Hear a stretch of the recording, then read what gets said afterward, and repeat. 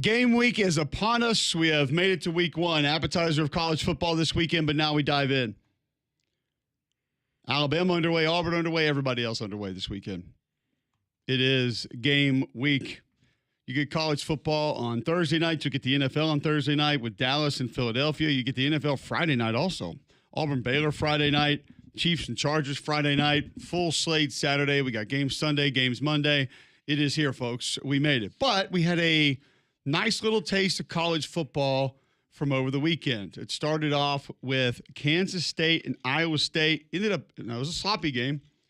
You had some week one stuff going on. Now, weather obviously played into that just a little bit as well, but ball on the ground a little bit, some missed tackles, a couple of throws that were missed, some missed protections, guys falling down, sliding all over the place, but Iowa State gets to win 24-21. Really nice win from Matt Campbell. Rocco Beck, 14-28, 183, 2 touchdowns, no picks. Ran 12 times for 18 yards and a touchdown. Had a couple critical runs. Made some big throws late on big downs. 2:26 left, that 4th and 3 where he hits Carson Hansen out of the backfield. He went 16 carries for 71 yards also. It was it was kind of a gutsy performance, a gutsy win. They had to find some plays after Avery Johnson hit Jared Bradley GMAC on that 65-yard touchdown pass. 6:23 left at that point. Kansas State never got the ball back. Mm-hmm. That was it. Iowa State held it, slammed the door. They get their win to go 1-0. It was a fun way to start the college football season. Yeah, and great situational awareness, too, from Iowa State throughout the game. A little sloppy with the ball handling in a couple spots. I hate that Dylan Edwards got banged up early. I haven't seen a prognosis on him, by the way. I forgot to check that out because I was a little concerned. I mean, he goes down on that punt return where he muffs it. Have we seen anything updated with him? Because he was a guy that a lot of people think could have been. I know he was in a boot after the airport, right? Or at the airport, and I think they stayed overnight and flew back the next day. Yeah. So I don't know if that just means questionable. I haven't seen anything official from the school. So yeah, I hadn't seen anything yet. I hate it. So hopefully he can be back because he's a guy that I think has, I don't know, the ability to kind of take over the game. I still think Avery Johnson showed some of the challenges of last year. Couple of inconsistent downfield throws. His accuracy downfield is just not good. At least it hasn't been up to this point in his career. Did have the throw to Bradley that was nice, but there's some room to grow there. That was a nice quick strike. They had a couple moments, but there were just too many missed opportunities there. 4th down inconsistencies from K-State. Just situationally, it just wasn't enough. So got to give credit to Iowa State for sure. I thought there were a lot of good things there, and especially in situational awareness, taking advantage of 4th down, bold dice rolls, like especially at the one at the end by Matt Campbell, and they did enough to get a win. It's well done. So I thought that they did a nice job altering some things in the run game. Did not rely as much on the perimeter run. Kansas State did a nice job just kind of stretching it out. And I thought Iowa State did a better job of going a little more north and south in the second half. Felt like that was an adjustment they made with the run game. Some more direct quarterback runs to give you an extra blocker. But it was a nice game. Both these teams lost 2 fumbles in the game. Kansas State was actually better on 3rd down. I think Kansas State was 5 of 13, Iowa State 5 of 14. But 46 for 130 on the ground for Iowa State. A lot of that came in the second half. Kansas State 27 for 110. They get the win. And Matt Campbell, GMAC, talked about that offensive line in the second half and how that was probably a big reason that they were able to secure this victory. I think we got the game back to our rhythm. You know, we were not in the best rhythm, you know, in the first half. And again, there were a couple plays to be made that I think could have helped us go into a great rhythm. But, you know, again, the offensive line battled today, and you know, we have a lot of faith in those guys. Coach Clanton does a great job, and you know, I think their ability to battle and not crumble, because I think I've been a part of those games, you know, where it goes south early and you don't have the confidence to work yourself through it. So credit to them; they did a great job in the second half. Part of the maturity, veterans, guys played together. We've talked about that. A lot of college football teams are going to be searching for it, and you don't know if you have it or not. You don't know if you have resiliency.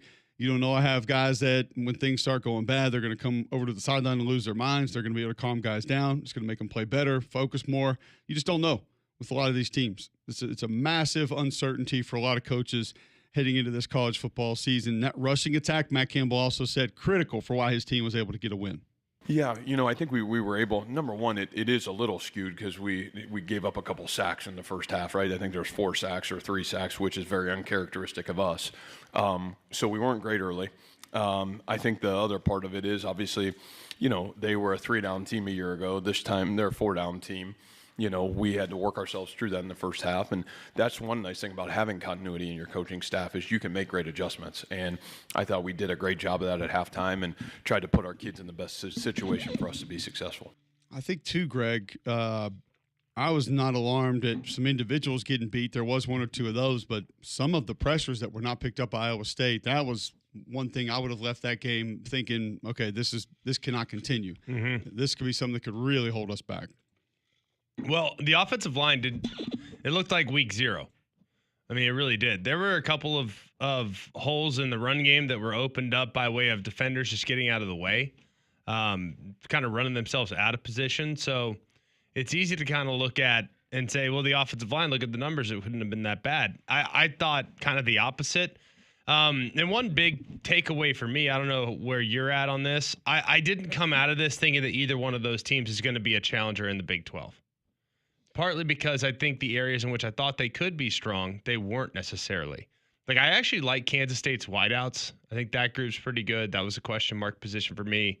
I wasn't overwhelmingly impressed with either offensive line. I wasn't overwhelmingly impressed with the front 7 defensively of either team.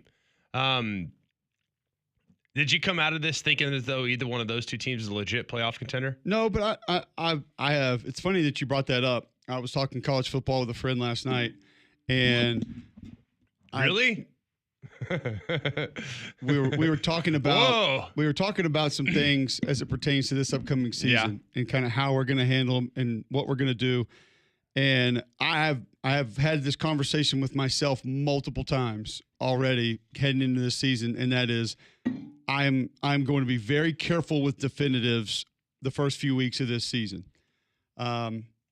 I think it kind of re-hit me when I watched the Netflix deal about the SEC and saw what happened to South Carolina week 1 last year, and just kind of things are going to take a while to get worked out. Things are going to take a while to calm down for a lot of these teams. Yeah. And teams are going to grow leaps and bounds. They always do, but I think now with the portal and roster turnover, I think teams have a chance to be so much different week 1 to week 3. Week 3 to week 7, so on and so forth. So I'm going to try to be careful without definitives early because Fair. I feel like they have a better chance of backfiring now than they ever have. Love it. Question: did you come out of it thinking that Iowa State and/or Kansas State could legitimately be a playoff contender? No, I still think Iowa State can win the Big 12. One word answer. No. Yes. I won't make definitives. I won't make definitives. Feet to the fire, Cole. No. Perfect. I agree with you. Playoff is different. I agree with you. I'm not gonna say. And it's a little dependent on what we see from the rest of the Big 12. So if you want to reserve judgment until we see the rest of the Big 12 play this week, totally good with that. I really did. But here's the part I think is a little bit unfair about that. If Clemson goes out and looks sloppy against LSU, I don't think anybody's going to be sitting there saying, that's not a playoff team. Yeah. They'll be like, it's first game. They'll figure some things out. Tyler from Spartanburg might. Fair. I'll give you that one. Fair. Not sure that's the one that I'm going to be looking to get my opinion changed on whether or not that team's going to be able to go to the college football playoff or win their conference. But either way, I think the biggest surprise for me coming out of this game, and I don't know why I just assumed that they didn't, is that both these teams play Saturday. Honestly. Like this upcoming Saturday. Yes. Yes. And I know that the travel, they had to come back the next day. So, and some people will say, Iowa State's playing South Dakota. Well, that's a team that's in the playoffs to make playoff runs every year. And we've seen a couple FCS wins the last few years against Division I teams. Kansas State, got to go play North Dakota. Might not be as good. Yeah. But still, the fact that they got to go out and play a football game again on Saturday, I think is egregious. And Matt Campbell actually spoke about his schedule after the game. I think we're set up for failure because I think this is the hardest schedule in the country. And the reality of it is, we go home and we play an incredible South Dakota team that's coming in, and they had a great year. You're talking about a team that's in the Final Four, right? And then obviously you play another huge rival game that's going to have emotion. And then somehow we're on the road at an Arkansas State team that we know is super talented. That's the first quarter of our football season. And it's going to take everything we got. And I think our kids know that. We've talked about that, and that's not an excuse. Nobody really cares, and we don't care. We just know that's the schedule at hand, and it's going to take everything that we've got the ability to do to be our best in the moment. So I think it's a great challenge. Winning the game is great, but the reality of it is how we grow from this game. Can we handle the trip back home? Man, can we be ready for next Saturday? And, that unbelievable fan base, it was awesome to have them here tonight, but we're going to need them times 10 every step of the way from here. And so hopefully this will keep them coming. All right, so folks aren't going to like what he said, but when you think about who they are and what they're going up against, you can make the argument. The fact that you got to come back from Dublin and play South Dakota at 2:30, not even a night game. You got to play in the morning, and then you come back the next week and play for the Cy-Hawk Trophy at 11 a.m., and then you're in Jonesboro? Now, I know you should handle that team. You should beat that team. That shouldn't be a problem. But how that game got scheduled like that after you're in Ireland 3 weeks earlier doesn't seem to make a ton of sense. They get Arizona. They're at Cincinnati, then at Colorado the following week, BYU, Arizona State, at TCU, Kansas, then at Oklahoma State. It's a tough road. And it's going to take maturity. It's going to take guys understanding how to get their rest, how to get their legs back, how to focus back in on football, different things like that. But kids are also getting paid a lot of money. We don't really feel sorry for them. Correct. But the thing that took away from this was that's a little uncharacteristic for Matt. And I'm beginning to wonder, is he maybe trying to send a message to somebody there of how in the world did we let this happen? Yeah. Well, I haven't seen the numbers yet. Can someone help me out with the television numbers? Because I haven't seen them posted. And this is usually, usually out by now. So that'll be pretty easy to explain why they did what they did. Because I would imagine the numbers probably pretty good from this past Saturday. So that's why you did it. And I think that it's easy to sit there and say, well, our schedule is really difficult. No doubt. It's the Big 12. Every team you play can beat you. And guess what? You can beat every team. At least you can beat every team. In other conferences, that's not always the case for a team that has been, 5th or 6th in the league, thereabouts, for the last 10 years. So let's just add it up. Like, would you rather be Iowa State and play the schedule they had to play, including their trip to Dublin with 3 byes built into their regular season schedule? Or would you rather be a team like, I don't know, Iowa, and have to play against Penn State, Ohio State in your conference en route to the college football playoff? Personally, I'd rather be Iowa State. No disrespect to Iowa State or Iowa or the Big 12 or the Big 10. I think with 3 byes, Iowa State has a chance to legitimately win every game. Iowa doesn't. Iowa probably, the only way they get into the playoff is if there's carnage elsewhere. So I don't know about you. I think it's easy to kind of send a message, but let's just see the numbers. These are programs that if they played on Saturday this weekend at noon, they are going to have a far, far, far smaller audience than playing last Saturday in a standalone window on ESPN. Because if you put this matchup against Texas, Ohio State, not watching, and no one's going to watch. You put it against Florida State, Bama, probably not going to get a very big number. Put it against LSU, Clemson, probably not going to get a huge number. Okay, well, let's try it on Sunday. All right, sounds good. Play it at night? No, don't want to challenge Notre Dame, Miami. Okay, what about 3:30? Yep, South Carolina playing Virginia Tech. Like, it's a good game. It's a ranked game. It's a mashup game. The reason why you played it is because you are going to get a massive audience. So don't complain. It's a good spot. Yeah, we'll continue to take a look for those. I can't find them. No, not out yet, which is a little concerning. Yeah, so that's a little bit odd, a little bit strange if that's the case. A lot more to get to from the college football weekend. Games that have already kicked off, performances that we already saw. Before we go to break, though, Chris Kleiman on the loss for his Kansas State Wildcats. Both teams had an opportunity, and both teams' defenses stepped up and got big stops or turnovers in the red zone. And then we get to the second half, and We struggled with a little bit of rhythm at first offensively, and then they got a little bit of rhythm and were able to get up a score. Proud of our guys to come back and fight and get it tied and go down again. Bottom line, we're disappointed. Came here expecting to win and didn't win. But I'm proud of the guys, and like I told them in the locker room, regardless of what this game was, we had 11 more left, and we've got to go back, regroup, get some guys healthy. We were down some guys. We got to get some guys back and get ready to go Saturday.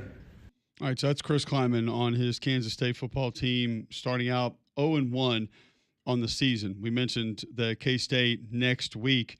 We'll have North Dakota. That's a 6 p.m. game on ESPN+. Then they go Army at Arizona, UCF at Baylor, TCU at Kansas, Texas Tech, Oklahoma State on the road, Utah on the road, and Colorado to finish it off. Other games over the weekend. News on Alabama and Auburn over the weekend. We get to all that next right here on Jox.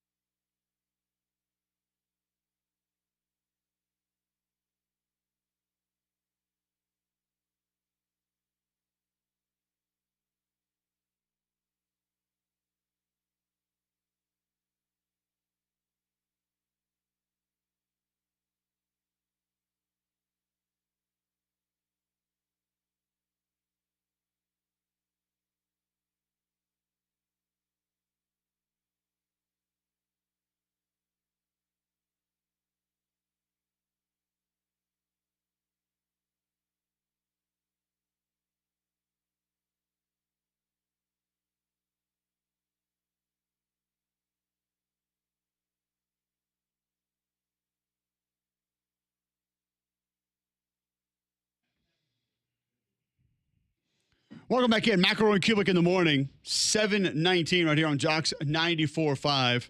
He joins us each and every week thanks to our friends at Craneworks. It's not on Tuesday this week. It's actually on Monday. You can see him on the SEC Network. You've got SEC Nation coming up this weekend. You can hear him live right here on Jox 2 to 6 p.m. It's Paul Finebaum. Lift it, load it, grade it, grind it, move it, haul it, rig it, dig it, crane works, rental works, yeah! The big dog's got it. Paul Finebaum on Mac and Cube in the morning is brought to you by Craneworks. Lift it, buy it, rent it, the big dog's got it. Now, Paul Finebaum. Paul, always great to have you in on a Monday morning. Last weekend of practice for all these SEC teams, heading into game week. What's your biggest question? What's your biggest point of concern? Number one thing you're looking to find out here in week one for any SEC football team? Cole, it is Friday night at Waco. I want to know what's going on with Auburn because forget all the nonsensical conversation off the field. What is Jackson Arnold going to look like on the field? Is this team really as good as some people are whispering from a talent standpoint? How do they mesh together? They have a good staff down there. They have the best roster under Hugh Freeze.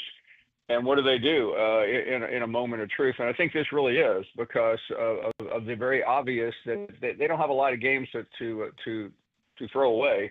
And this is a game that I think perceptively looks like a very narrow win, but it's up against a team that in the Big 12 is considered to be a riser, a very good coach, a team that has come back from the dead. And a win energizes a possibly really good season, and a loss does just the opposite.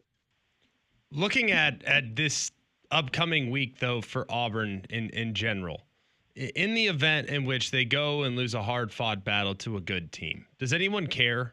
Because I think we all know Baylor's legit, but I don't know how many people out there nationally understand that Baylor's legit. So the reason why I find this game so problematic is the fact that the national perception of Baylor is probably inaccurate, and they should have a higher opinion across the board of what the Bears can possibly do. Is that fair?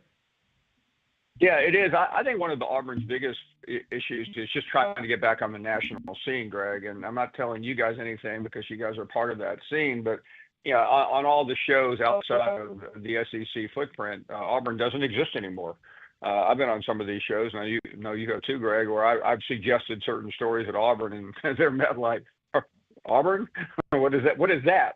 And we know how big Auburn has been, and it wasn't all that long ago. But when you have a losing streak like the school has had, you had the kind of disheartening seasons.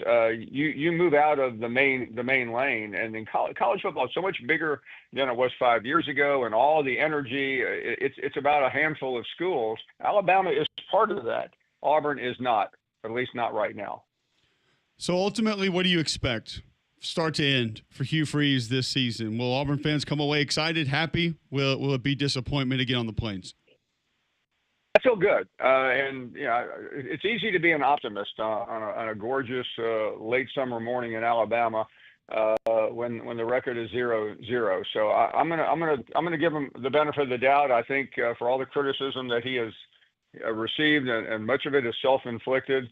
At the core, he's a good football coach. He's got everything he needs. And I don't know with a guy with the kind of record that he has and some of the off-the-field miscues that he has suffered, could he have any more support from John Cohn and this administration? So, I mean, I'm not predicting a playoff. I think 8-4 would be considered a reasonable record. I think that is doable. I think the home schedule is favorable in the sense of, the two biggest games of the year are at home, and Auburn has the ability to perhaps shock one of those two, meaning Georgia or Alabama.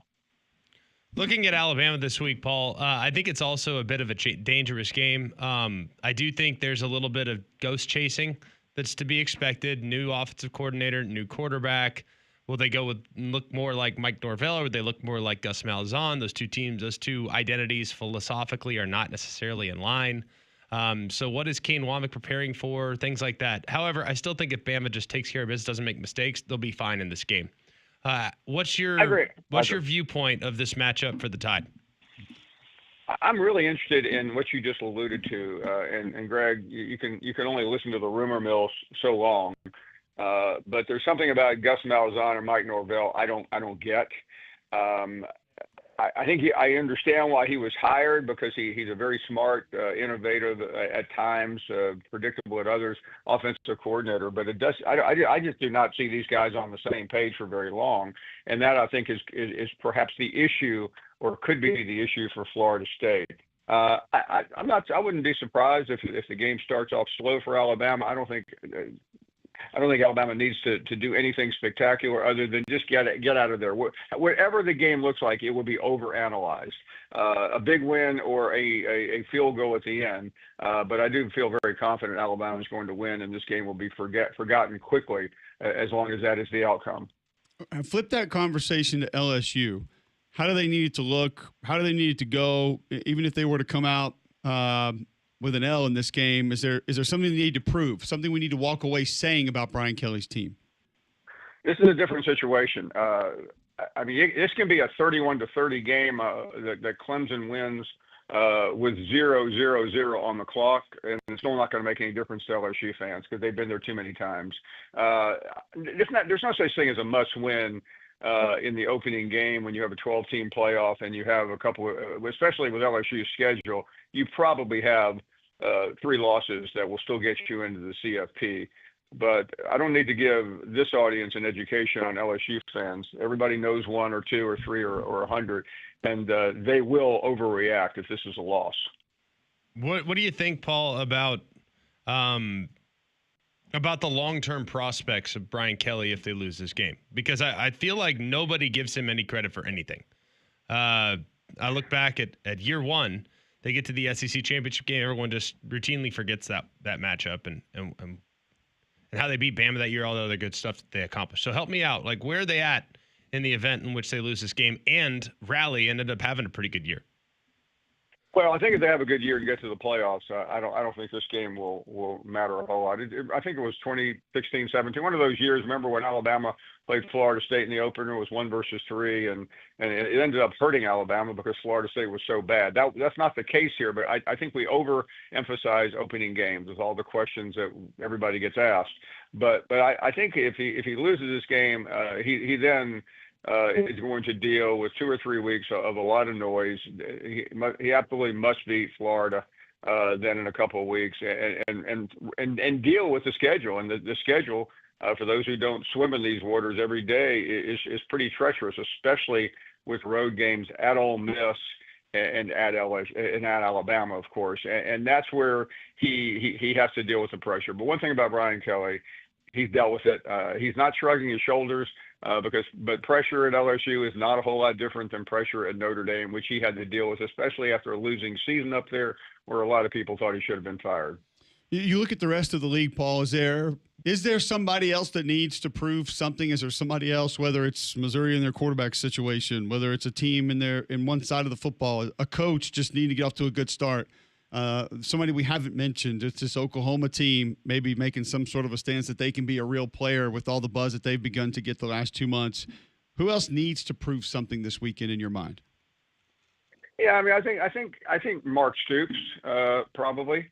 This is a program that has been known to lose games it shouldn't be losing, and considering Ole Miss is around the corner, he needs to look good because I mean we all know he's got a $35 million buyout, which almost everyone agrees can't be paid. But just try losing an opener and then lose to Ole Miss the next week and suddenly have another lost season before you're even to the first day of autumn, and that pressure will overwhelm you.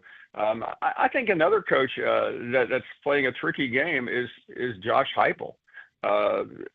Tennessee's had another offseason like Auburn, where with Nico leaving, a lot of people wondering. This was a playoff team last December. We're going to have to remind people of that a lot of times. But Syracuse is coming off a big year. I feel pretty comfortable with Aguilar at Tennessee, but I also think that's a game that you better keep your eyes on. Paul, we always appreciate the time. Always great catching up with you. Enjoy week 1, and we'll talk to you again next week. Thanks, Cole. See you guys. There we go. Paul Finebaum. Thanks to our friends at Craneworks joining us on the Higginbotham Hotline. Some questions that he needs answered for week 1. I'll ask you, the listeners. We don't have another guest until 8:15. What are your questions for week 1? What are the things you need answered this weekend, be it Alabama, Auburn, any other SEC team, any other team nationally that you want to get out there and you feel like I need to see this from this person? We'll get to our weekends when we come back because I had an 8-year-old ask me 2 very interesting questions at Auburn's practice yesterday, and I want to hear the group's answers for those questions because it's not something I feel like we've talked about in the manner in which it was asked to me. First, I'll tell you about Train. You guys know it might be cool. By the way, have you seen the weather for this weekend? Yeah, amazing. It's not mad about it. We're going to be spoiled this weekend because you know that the heater is going to flip right back on after that. We're going to melt the next 3 weeks of college football. However, it is going to be mild this week, but the heat's going to come back. Don't let it affect your home and family. Keep them comfortable with an affordable Train cooling system. They've been recognized as America's most trusted brand 11 consecutive years. They're the official cooling partner here at Jox. Find a comfort specialist near you at Train.com. It's hard to stop at Train. 2 questions from my 8-year-old when we come back for the group next right here on Jox.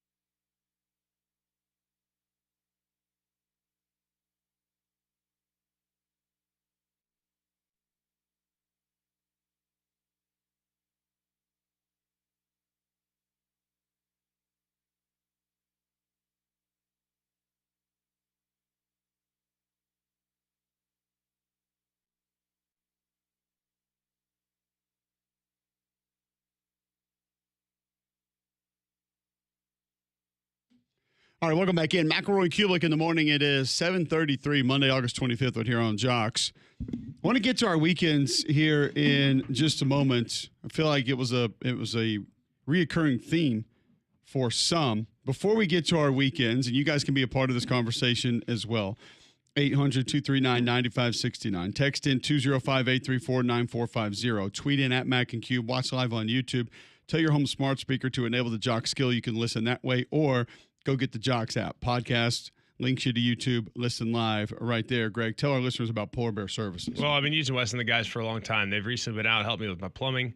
Had some bad water pressure, had to get a pump replaced. They ended up coming out doing an amazing job. Now it's like every time I get in the shower, it's like a fire hose. It's just so much water pressure. And it's something that we've been dealing with for a long time. All it was one call and got taken care of. Thanks to Wes and the guys, man. They're so good at what they do. They do an incredible job. They have always left me very satisfied with the experience that I've had when they come out to the house and get things taken care of. They've helped me out the HVAC system as well. Got done with a run this morning, went in, stood over the air conditioning unit as I was like dripping sweat. Thing's blowing like 40 degrees. It's got to be. There's plenty of Freon in that sucker. Thanks to my friends at Polar Bear Services. They can also help with your electrical as well. So remember, if you have a problem with your electrical, plumbing, heat, or air, just pick up the phone and call the Bears, 205-497-BEAR. That's 497-BEAR. Before we get to our weekend, Greg Hendricks tweeting in, me personally, I'd like to see Georgia get off to a fast start for once and to see if we can stop the run. I haven't heard a consistent theme of can Georgia stop the run. I understand that the front seven is going to be a little bit different, but is that a real concern of yours, G-Mac? We just haven't gone into a lot of seasons saying, is Georgia going to stop the run this year? God's honest truth, though, you really look at their defense against the run to forever be what, top 3? On a bad year, they were 3rd. Yeah, it used to be where you got to the end of the year and it was them and Iowa and somebody else that have given up like 1 and 2 rushing touchdowns. And you're just like, whoa, how do you do that in an entire season? I get that part. And they're like low 20s. So from a Georgia fan, we say this all the time. From a Georgia fan's perspective, that is a fair concern. They're still among the best in college football. But I understand where they're coming from because against the run, particularly on the edges, a la Georgia Tech last year, a la Georgia Tech the year before, a la Missouri 2 years ago, there have been the last couple of years where they've looked a little human against the run, which I can understand why they're a little frustrated by that. Well, Marshall's going to start 8 transfer players on offense. Marshall's going to be terrible. So I think that's the other reason I'm a little maybe curious as to why this is as big of a question. But, hey, everybody got different things they're worried about going in. Brad Chandler, really for both teams, I want to see if situational football starts out better, especially for Auburn. Also, I think last Alabama had a bunch of me guys. So I think a lot of folks in this room right now would feel in a very similar way. All right, how was your last weekend before football, G-Mac? Awesome. Took my son to camp. Slept in some bunks. Twins. So you went to like a camp. Oh, I went to camp. A campground. Yeah, like camp, like real camp. Okay. Like sitting in the mess hall camp. The woods. Ugh. Okay. Like zip line camp. Like rope course camp. Like we're gonna play water balloon toss at 8:00 at night camp. Because you had some questions about these camps about 3 months ago on this show. On these for that airwaves. reason, because it was coming. I feel like the questions were a little different then. A little bit more of the financial aspect, but okay. Yeah, this was father-son camp, so I was involved. Therefore, spending the money that wasn't a big deal. I'm glad they upgrade myself. We can do that naturally. I mean, this is a guy who got upgraded on his honeymoon. Did let my wife sit up front for at least the first 20, 25 minutes of the flight, and I found my way up to the front because I was just a little uncomfortable back there. But I digress. What is this coach? Stop. Right. Yeah. The commoners? Are you admitting that you and your wife had one first class ticket via upgrade? No, we going had to one, your honeymoon, and we had one let pod. her have it for a little bit. We had and then, one pod, and then we had one business class. Sacrifice. And you sent her back to business class after. To be honest with you, a few minutes. She sent me up. She goes, "You're gonna care about this more than I am. Go ahead and go up there." That's what my wife has a servant's heart. I appreciate her. Okay. But yes, that is accurate. So yes, when it comes to the financials of camp, if I'm going, I will splurge on a camp that has air conditioning. Confirmed. This one, however, did not. And on Friday night, I was mildly uncomfortable. So you're saying you'll splurge for the money for your kids moving forward because of what you experienced? No, they're on their own. But when I am involved, we will 100% be moving forward. Gotcha. We'll be going. They had their chance. We'll be going to bougie camp when Dad goes. When kids go, save all those comments from Greg on those camps from like 3 months ago for when he does go there, because those folks were called out on the show. And now it's like, oh yeah. I didn't call anybody out for sending their kids to fancy camp. I just feel like when the whole reason to go away to camp and meet new people and stuff, and you go with like 12 buddies from 4th grade and you guys are all in the same class, I mean, it feels like you're kind of missing the point. So you take basically your whole squad that you that you hang out with on a weekly basis, and you just, relocate. Yeah, you just relocate. That was Camp Cosby, right? Yeah. So you go from playing, Call of Duty or Fortnite, whatever it is, your little 5th grade pals. No, but in some cases, yes. I mean, we don't play it. We don't play any video games in our house. But we did have the guy that took us around the Auburn facility yesterday. Is looking at my 8-year-old and my 5-year-old. He's like, "So what are you guys into? Like Fortnite and Call of Duty?" I was like, "No, not quite yet. Thanks for asking, though." Yeah, I'm trying to steer clear of that for now. But we're in kindergarten and 2nd grade. Thank you. Correct. A little early. That up. But the mom text We're not gets sniping guys, out in the field just yet. Waiting on that one. The mom text gets going though. It's like, hey, is Johnny going to camp this year? Perfect. Oh yeah, he's going what week? Oh, he is? Awesome. We'll send Vince too. Oh, well, wait, hang on. Johnny and Vince are going? Oh, amazing. Let's let Willie go also. And then, hang on a second. Willie and Johnny and Vince. In your son's school. No, I'm just that's making up names. Right. Let's be honest. He's Come definitely on, William. Right, yeah. He's definitely William. William. No, the only difference between Willie, it's like Willie the 5th is at Vince's school. It's like King's names. Vince is the 3rd, so I am part of Hear ye. Vince 3rd, Vince 3. But I feel like when you get all the kids together and like you guys are together all school year, in 4th grade. you play on the same basketball team, you play on the same baseball team, you play on the same flag football team, you play on the same soccer team. Now you're going to camp together. It's like, hang on a second, can we just like mix it up a hair? Like, you know what? There are other places beyond this little small kingdom that we live in. So that was my only issue with camp. Well, it must have been the theme because my 8-year-old and I went to Bruce Pearl's father-son basketball camp this weekend. It was incredible. It was amazing. It was great. I mean, it fits. It works just because obviously him and Steven, but the way it was put together was awesome. It was a lot of fun. We had a blast. Stuck around for practice yesterday, and it was really cool to just kind of see some of the guys. This is the first time I had been in that facility, to be honest with you, which is strange, but I haven't had a game there in 2.5 years. So you haven't had a basketball game there? I haven't had a football game like to cover.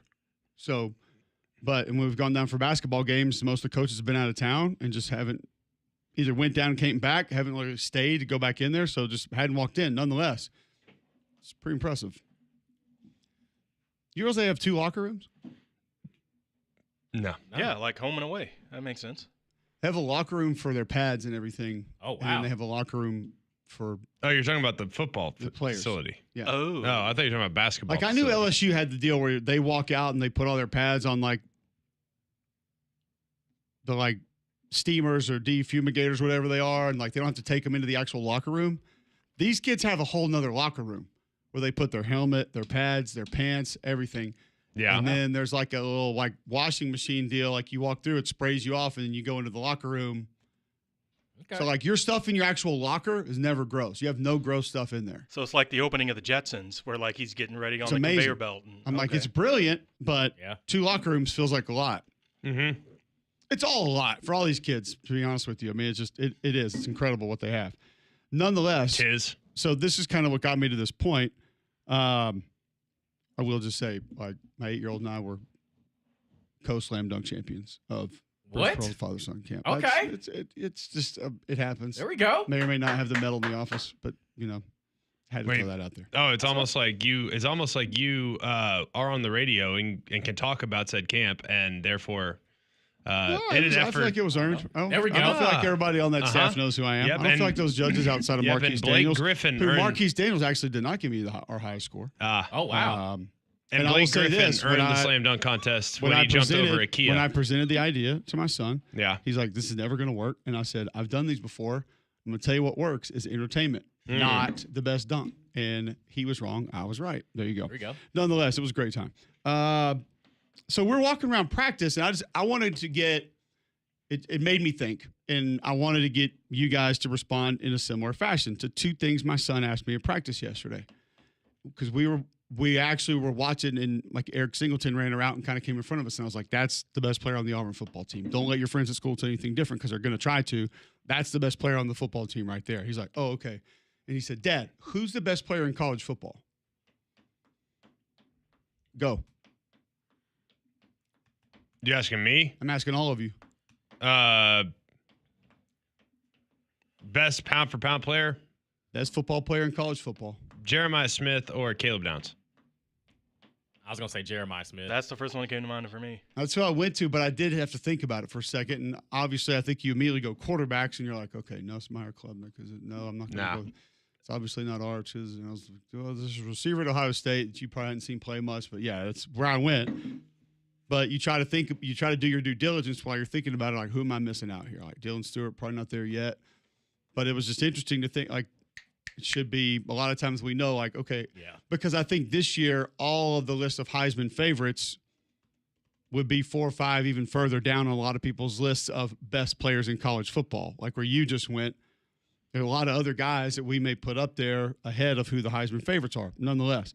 So then we were just watching different plays or whatever, and we started talking about running backs, and he's like, well, who's the best running back in college football? Best running back, probably Mekhi Hughes. And the reason it was hard was because of how many running backs left last year. Right. It was maybe the deepest running back class in the history of the NFL draft that we've seen. I went Jeremiah Love at Notre Dame, but I had to think about it for a second because, once again, I think your brain immediately starts saying, who am I leaving out? Because you don't want to answer and then, oh, I forgot about that guy. Yeah. I love Mekhi Hughes. No, you're better off waiting. But I think Mekhi Hughes, they're going to ride him, man. He's going to get a lot of touches. He asked me after that who the best running back was in the SEC, which is usually a really easy answer. Right.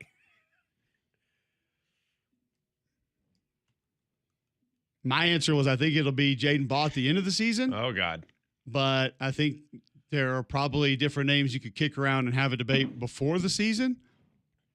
Nonetheless, Before the season, it's very dependent on health. That's the hardest part about evaluating the SEC running backs. Because a lot of the guys that I have a ton of faith in are coming off of injury.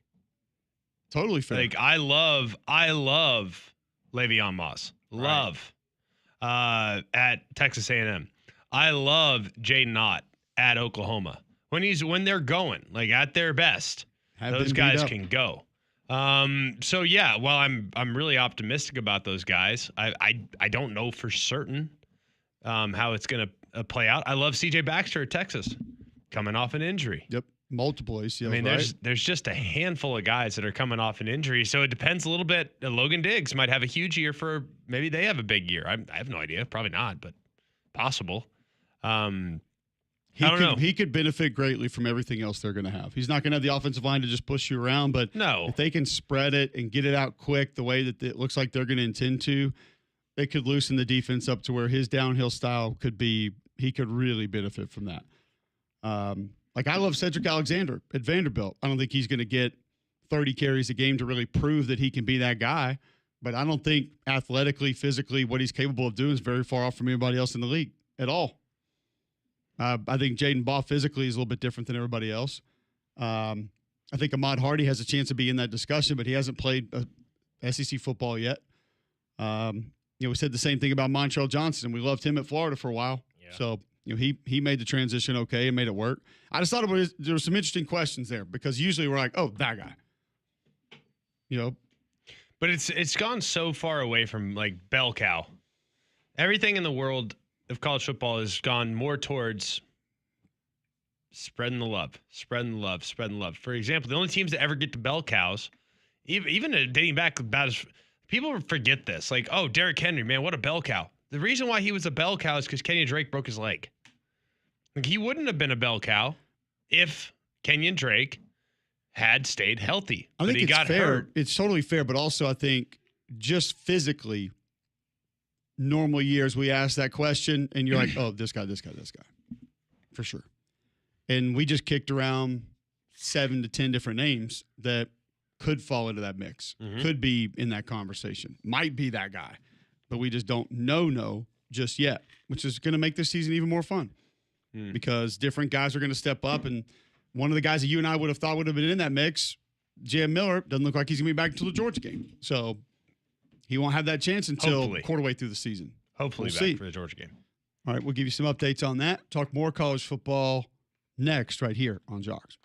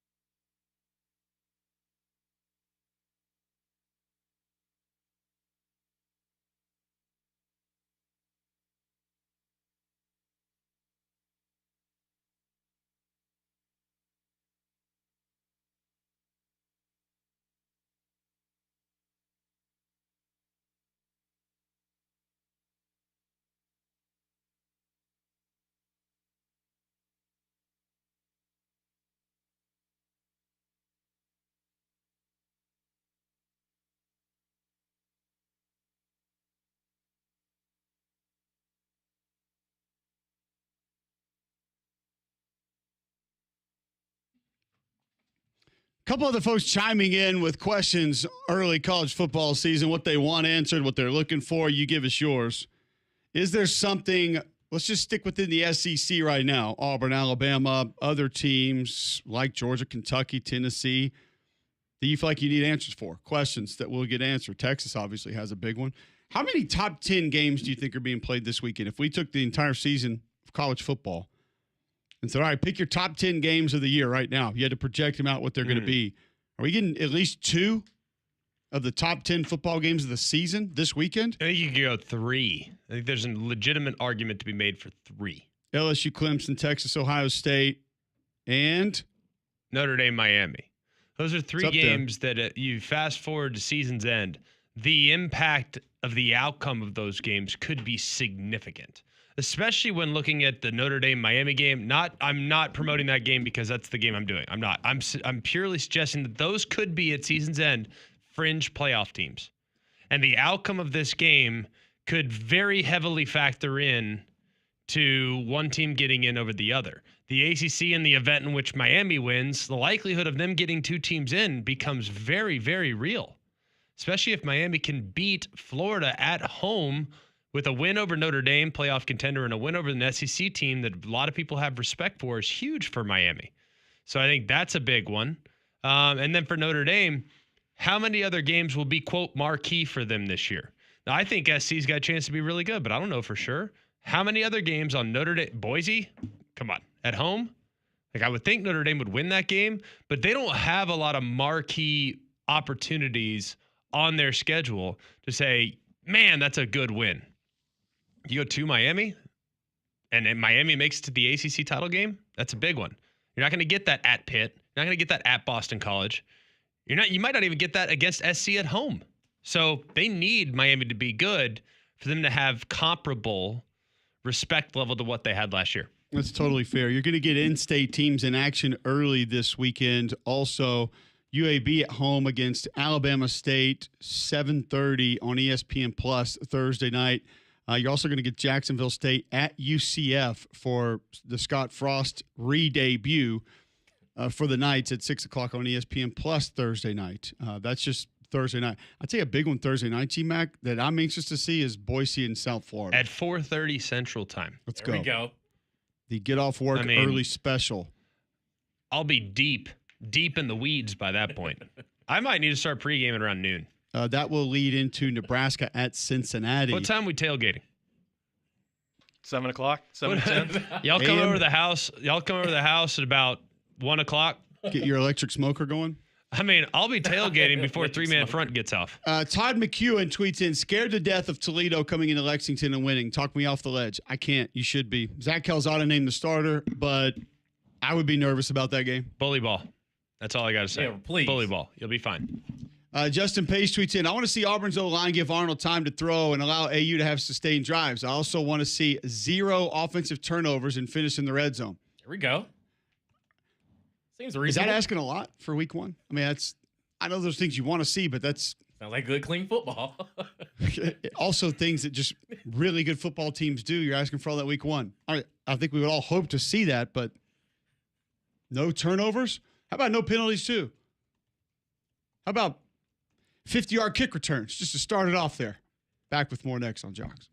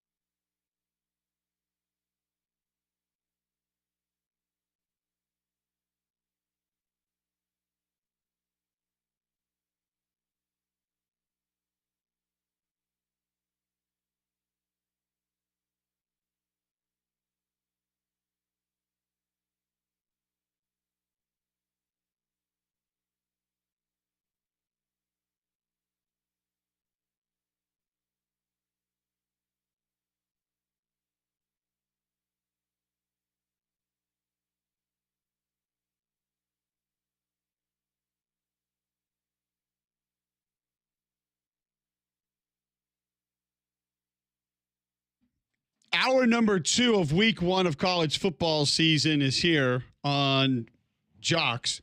800-239-9569. 800-239-WJOX if you would like to chime in. You can also tweet into the show at Mac and Cube. A lot of folks giving us their thoughts there on where they want to go. You can text into the show 205-834-9450. We asked you questions you have for your team or really any teams this upcoming weekend. Also, games took place this past weekend. We got to Iowa State, Kansas State. We did not get to UNLV and Idaho State. 38-31. Defense optional. UNLV gets the win. They go to 1-0 under Dan Mullen. Dan Mullen, 13-2 in season openers, by the way, as a head coach. Pretty good. Now, Florida, that shouldn't count because they play Sharks and teams of that nature, week 1. Anthony Calandria, 15-21, 195, a touchdown, no picks. Ran 13 times, 93 yards. Alex Orji, 3 for 3, 37 yards. Ran 6 times for 34 yards. I didn't realize Calandria was that twitchy. I didn't know he's Johnny Manziel. Whoa. He is a poor man's Johnny Manziel with how he plays the game. It is reckless from the first one you made. No, it's reckless. It's fun to watch. Like, it's... I mean, I knew he could move around, but he's really fun to watch. The thing is, he throws it to the other team from time to time, and he's like completely out of control some of the time, but he's really fun to watch. That's why I thought from the beginning that was a really good pickup by UNLV, because I think there were going to be a handful of P5s that were going to be very intrigued by bringing him in. He's just got, if you can coach out the problem plays, you got a real shot to have a guy there.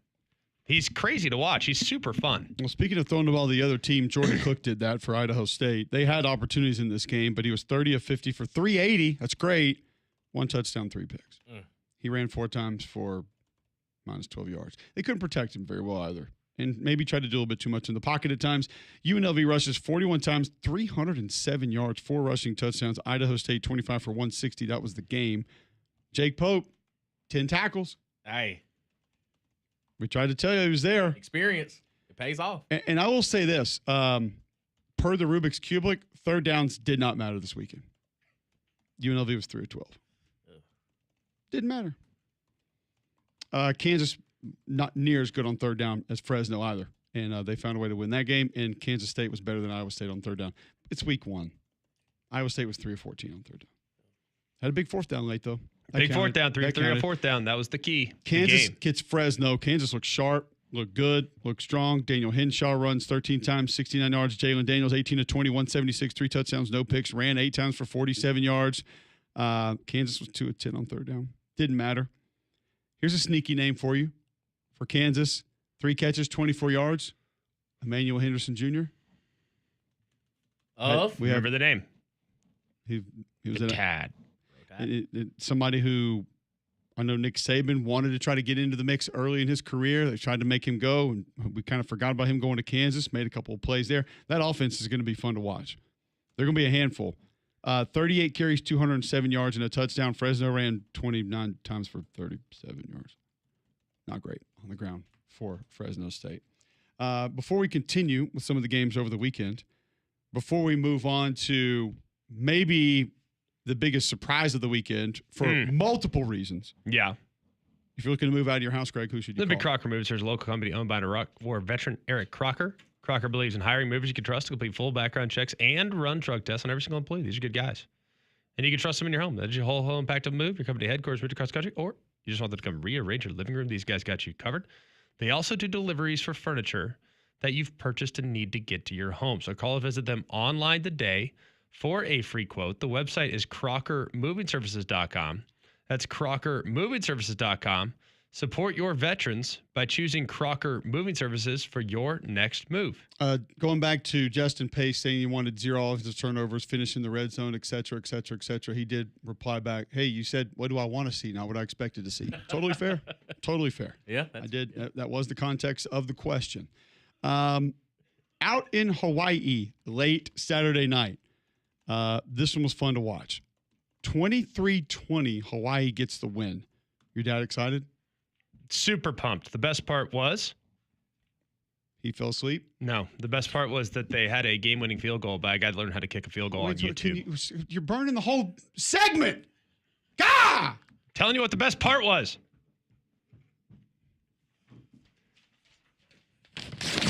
Moving on to the next segment. Can we just for a moment? I got the clip. Hang on. I had him pull the audio. We got the whole thing. And it's like, segment burn. Play it. I still want to hear it. Because I, for one, after a day at camp, was not awake for said live audio. Holy. You tore the worst. Spoiler alert. You tore the worst paper. Holy news dump on everything we were going to talk about for the next 10 minutes. Just burn it all. Just trash the whole thing. The best part is that he tore his rundown. Of all the things to tear. tear. The rundown's gone. You just burned it. Of all the things to tear, There's no he tore rundown. the thing that is actually important. Mike Alejandro, 27-39, 210 yards, 2 touchdowns, no picks. He's on a bum ankle late, hobbling around, trying to get the team down to kick a game-winning field goal. Hawaii, by the way, keep in mind, you know how many times they had knocked off Stanford in their program's history? 0? Once. Never. Really? Never. Not a single time. Didn't they play in Australia a couple years ago? I feel like Hawaii and Stanford played. Stanford did. I don't know if it may have been Cal. Did they play Cal? No, they wouldn't play Stanford Cal in Australia. Do you also know how many wins against ACC teams Hawaii had in their program's history? 1. 0?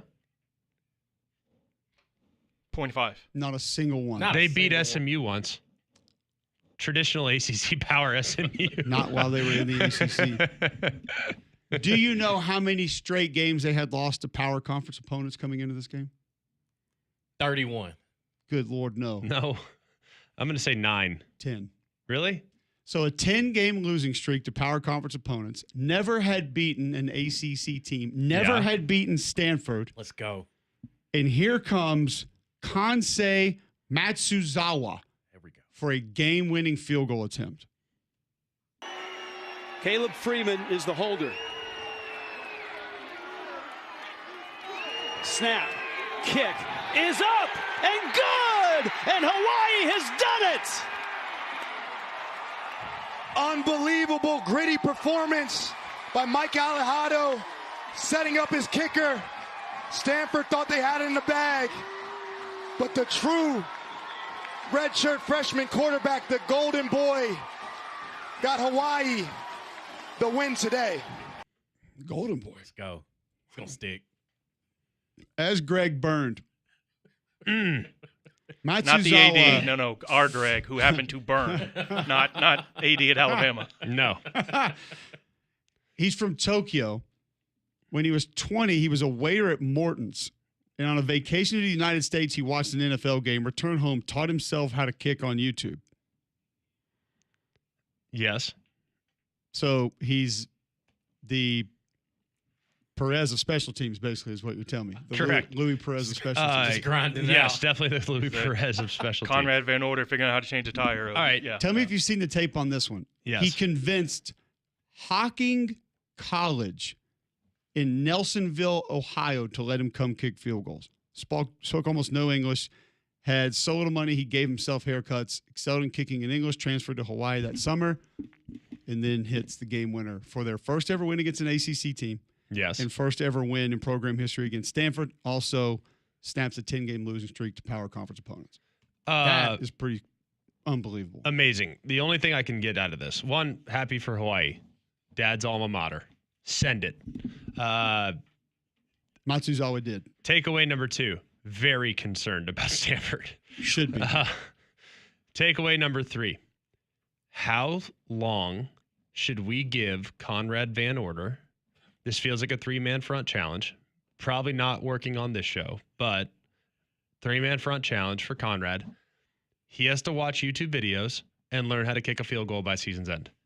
I think we decide how far the field goal needs to be, but we all throw in, I don't know, 20, 100, however much we want to put in. I don't care. I don't feel like it costs any money to watch YouTube, so I'm not paying a dime. Right. If he successfully hits a, say, 35-yard field goal, let's look up the average field goal distance or whatever. You're talking about not in a game, just out at a field somewhere. Yeah, if you can find a place where Conrad Van Order can kick in a game, please let me know. I don't know where his eligibility is. I think, but I feel like we could probably file a lawsuit and get him on a team. I'm not somewhere. so worried about like his athletic eligibility. I'm more worried about his academic eligibility. I'm not sure he's passed enough classes to be eligible. But I'm feeling like this. If somebody can teach themselves how to kick off YouTube, I feel like this should be appropriate for Conrad. I feel like it should be attempted. This goes completely against all the offensive line vernaculars I've used for a long time. I've always said, like, I can't take y'all out there and we run through the chutes and like push the sled and go T-board right and left and take pass sets, and all of a sudden y'all are good at offensive linemen. Kicking, I guess you can do that. Does this further cement your hatred for that position if literally anyone can do it? Craig's always like, hey, you can go out there and throw, and I can see you throw all these routes. Like, that doesn't mean you can read a defense. Like, I can't teach you how to play quarterback just by going in there and telling you how to do it. I guess. What do you think, I guess Matt? kicking you can. Just go watch some videos on it and just figure out how to do it. That's what Madden's like for. I kind of feel like with kickers, you just kick it. But I think like playing quarterback slightly different than kicking, but to each their own. Like, just imagine a regular human in the T-boards, dog. I will say That this. would be hilarious. There was a portion at Auburn practice yesterday. First off, all my two boys wanted to do was run around in the indoor with footballs and like throw and tackle and get tackled. And I was like, I'm trying to just get something here. And I finally told my 8-year-old at one point, I was like, I need to watch this. He's like, why? I'm like, fair. You don't get it. But he's like, you've already seen it. I was like, well, yeah, but they're going to inside run right now. I was like, just really need to see this part. I need to see this. So then all of a sudden, here come the kickers in there. And it's just grab ass for 45 minutes. I mean, they're trying to kick balls and hit the upright from like the sideline where we were. Like they were on like the 30, and they're just trying to hit a goalpost from the side, like punting it. Mm-hmm. And you're just sitting there going, I've heard this defended how many times now? And it still holds true. These guys do nothing at practice. Fact. All they do is screw around at practice. What I find comical, and then I found about out too, there was a portion of the special teams that lifted during practice. Seriously, they went and lifted weights during I'm fine practice. with that. At least they're doing No, something. I'm with you. I'm like, good. Yeah. Get them in there and accomplish something. 100%. What I need to know is, what are they doing when everybody else is lifting? My favorite thing about, and this was in the NFL, so this is like, it's just funny to me. The kickers would go and do gun show Fridays. They would go in there and do like curls and triceps in the NFL. We did that 7 minutes before kick. Yes, correct. Go get a pump. Get a pump. Kickers would do gun show Friday. So they'd go in there and like do 40 curls. I don't even know how many they did, whatever. They do triceps, and they would come out looking the exact same. Like, what did you got? How much did you lift? How'd it go today? So came out here looking like Aaron Rodgers. Yeah. Okay. They literally, I mean, it's like, they didn't have the supplements back then. Nick Folk was a good friend of mine. Like, he's a good dude, continues to be a good friend. And I'm going to be honest with you. I think the pump on 330-pound guys with biceps might be better than Mike Nugent, who I was with in Cincinnati, and Nick Folk, who I was with in New York. And in college, Lee Tiffin, Jeremy Shelley, and Cade Foster. Now, Cade Foster was kind of jacked. Yeah. But that was because he like played linebacker in high school. The old linebacker kicker duo. Normal combo. Don't see a lot of that. Once you go below 5A, I feel like you get that pretty much every team. But he's from Southlake, so we ride. Oh.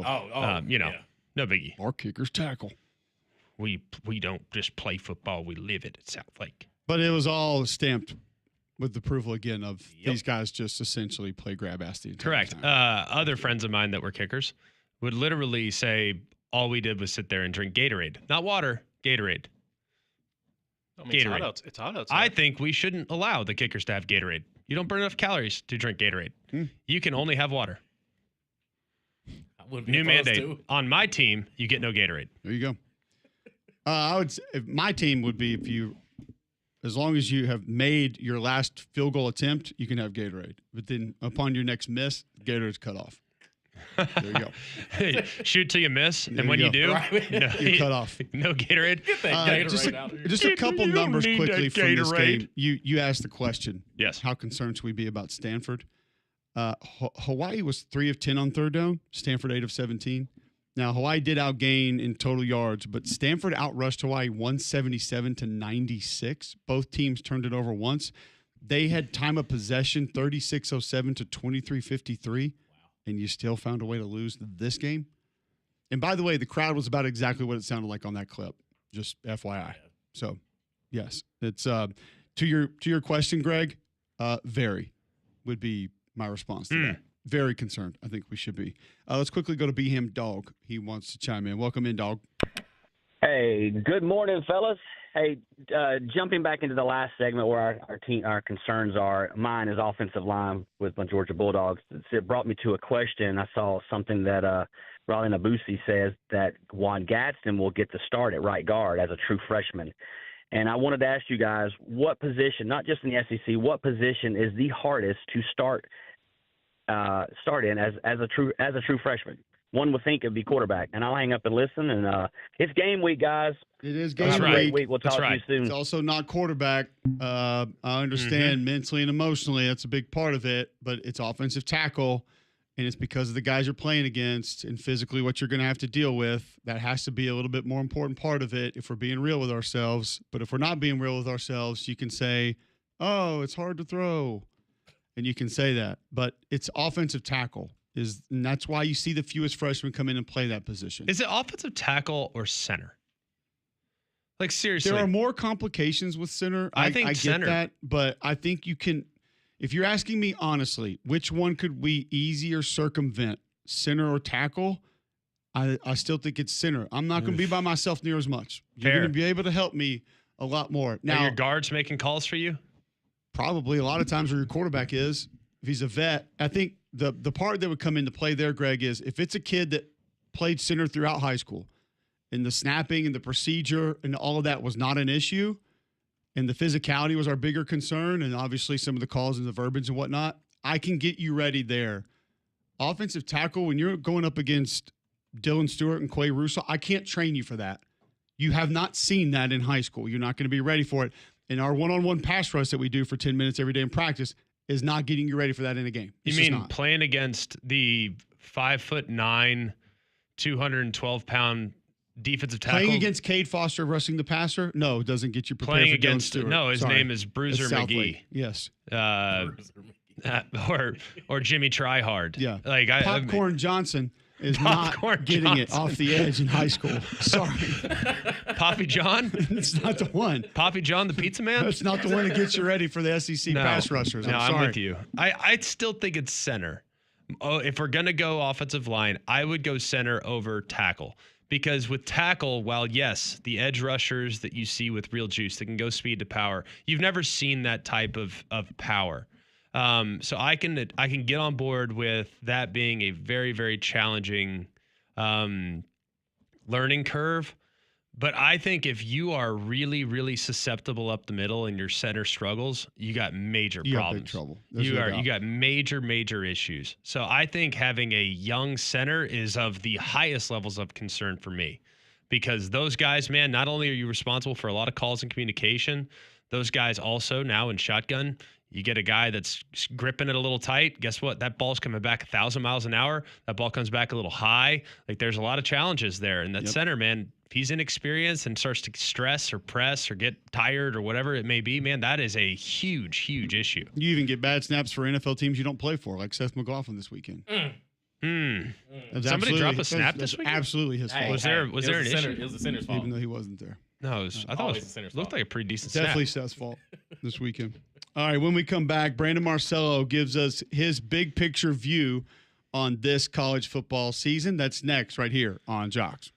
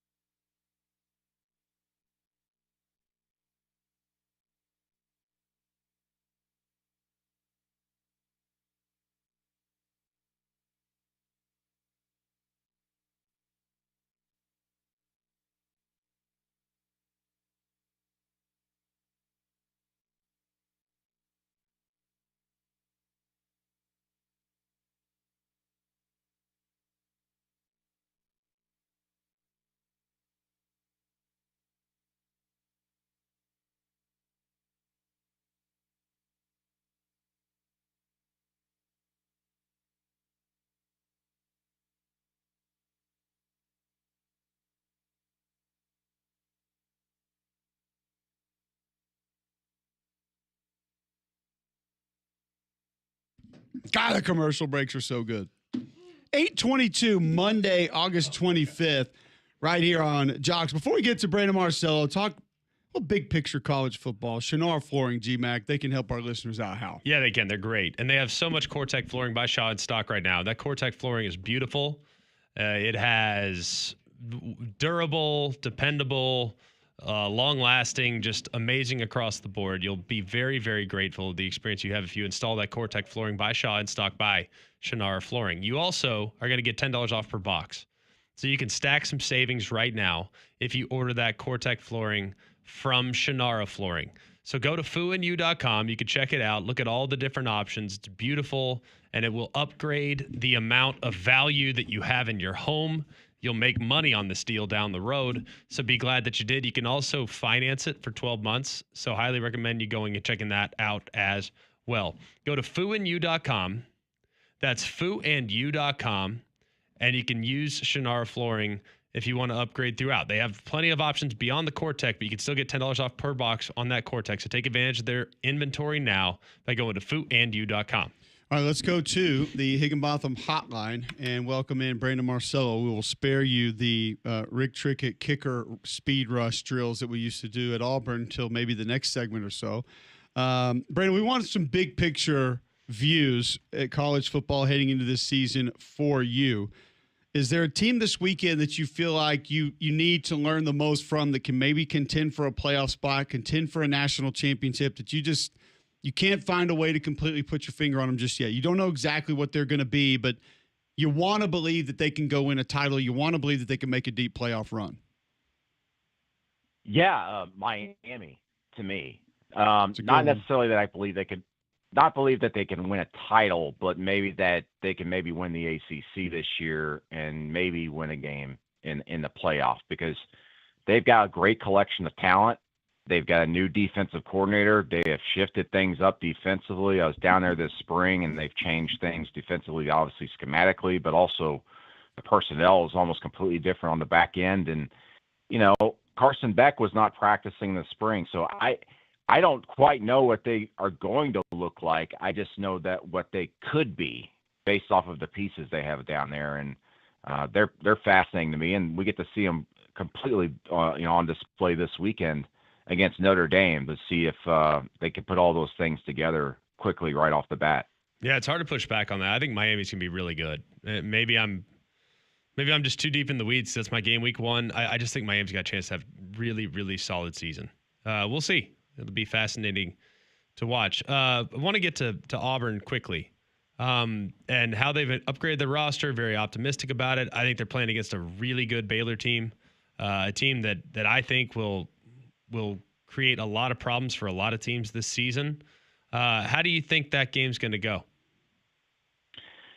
I like Baylor in this one, playing at home on a Friday night and with Sawyer at quarterback. I mean, we saw that offense, what it could really be capable of doing down the stretch late last season. I don't think that was necessarily a fluke. I do think that was literally just them turning the page to what this will be this season. And listen, until Auburn wins a critical game under Hugh Freeze, I'm going to keep doubting them, because I thought last year that they were going to turn a corner, and they most certainly didn't.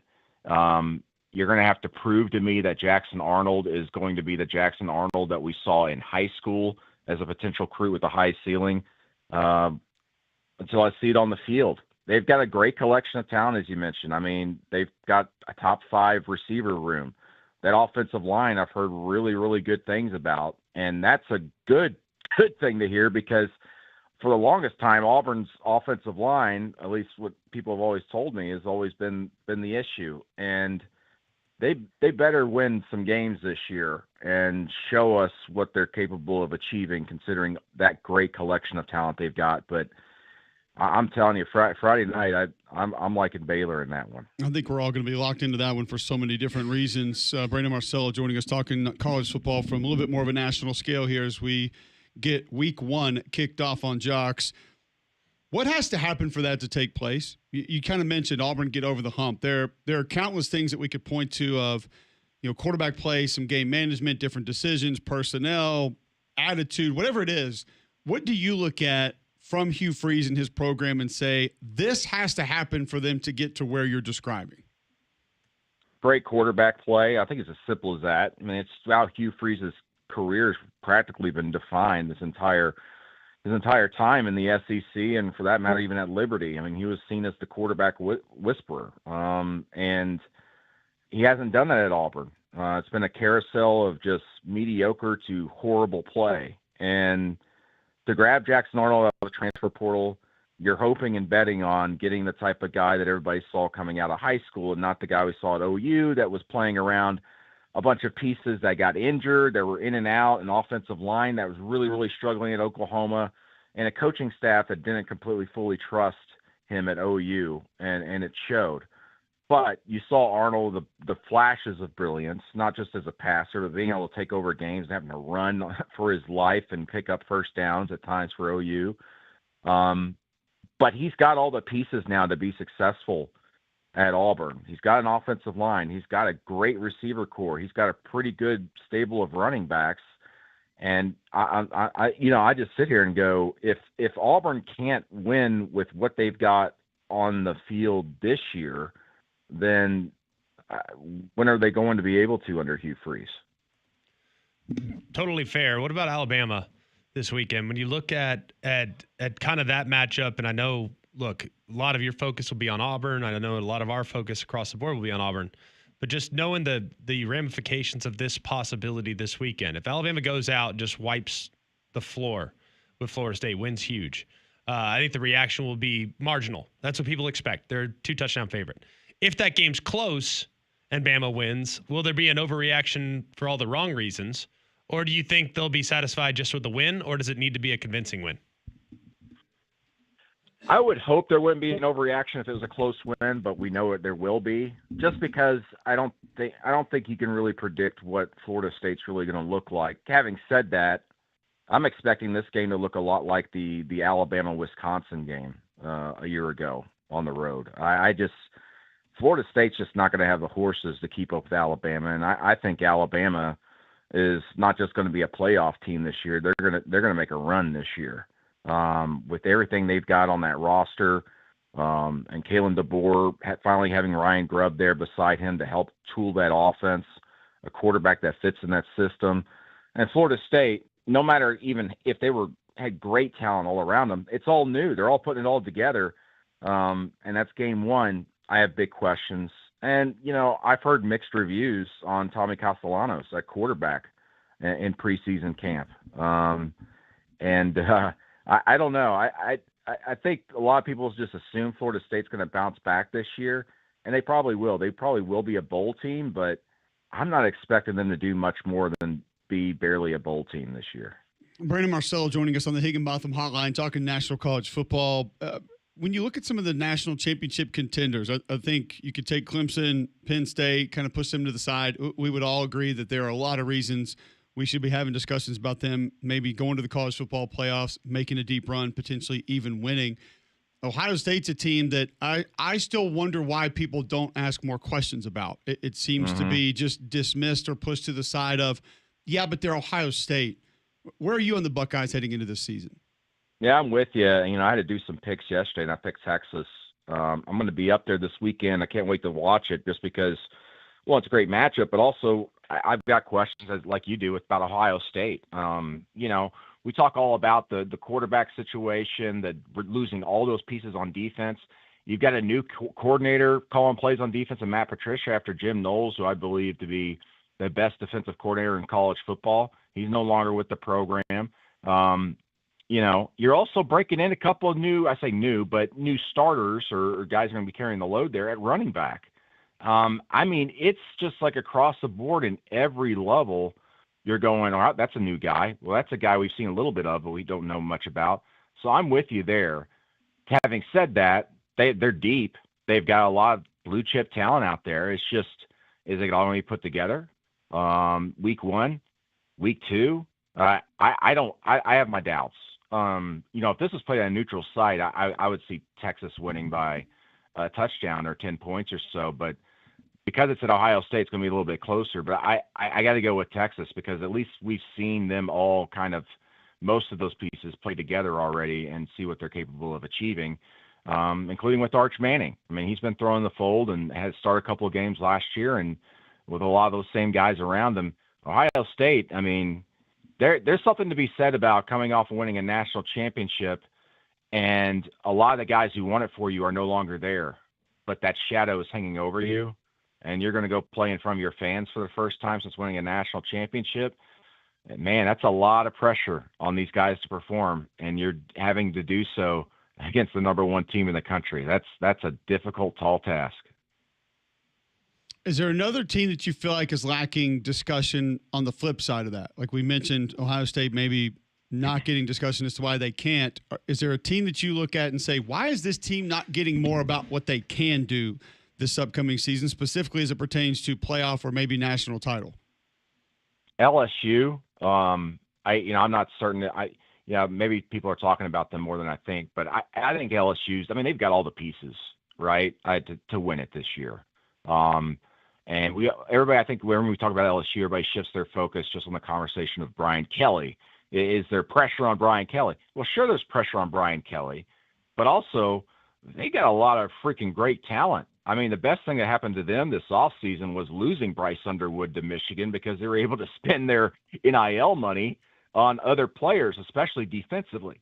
I mean, the pieces they added defensively are fantastic. That's going to be a team that's built to win the SEC this year. I have questions, though, just because of the schedule and the way that schedule is kind of structured, including this week at Clemson. We all want to focus on the negative, it seems like, with LSU, 0-5 in the last 5 season openers. I understand that. This is probably their toughest season opener, considering all those other games were mostly neutral site games. But I think that if they beat Clemson this week, everybody's going to suddenly go, hey, LSU's that team that can maybe win the national championship this year. But they've got it all, in my opinion, to be able to make that type of run on paper already. Brandon, we appreciate the time, man. Great stuff. Getting us set for college football. Always a pleasure catching up with you, and enjoy the season. Having fun with that one this weekend. That's going to be a good one, no doubt. Yeah, I can't wait. See you guys. Brandon Marcelo hopping on the Higginbotham hotline, talking some big picture college football with us. And interesting to hear, Greg, obviously LSU's gotten a lot of conversation here. We have mentioned that. You're high on LSU. Very. Have you kind of thought the same thing about Ohio State, though? I going over through more college football things, either in the car this weekend or trying to listen to different things working out as it pertains to this season. Very few people are stopping to ask real questions about this Ohio State team. No, you're not allowed to. There are a lot of people that are just kind of swipe left. They're good. Like, it's okay. We have no concerns about them. You're not allowed to ask them. That's why. As evidenced by. I talked to somebody at a birthday. I have them 8th, and their fans are freaking out on me. I'm like, I feel like that's a pretty fair place to have them. Right. Last year I had Michigan, I think, 15th. I wouldn't be mad at that. No. I had a conversation at a birthday party Saturday night with a guy, and he's like, "Oh, I think Julian's saying, though." And I just responded, "What about him?" Yeah. I'm like, you tell me what you've seen that has wowed you so much, because I didn't know it was out there. Yep. Very small sample size of what he even has a chance to be. So it's just interesting. And I know we get a few of these teams every year that's just like, well, but they're so-and-so. And it's just, it's really holding strong. And I get it. You won a national title last year. Great.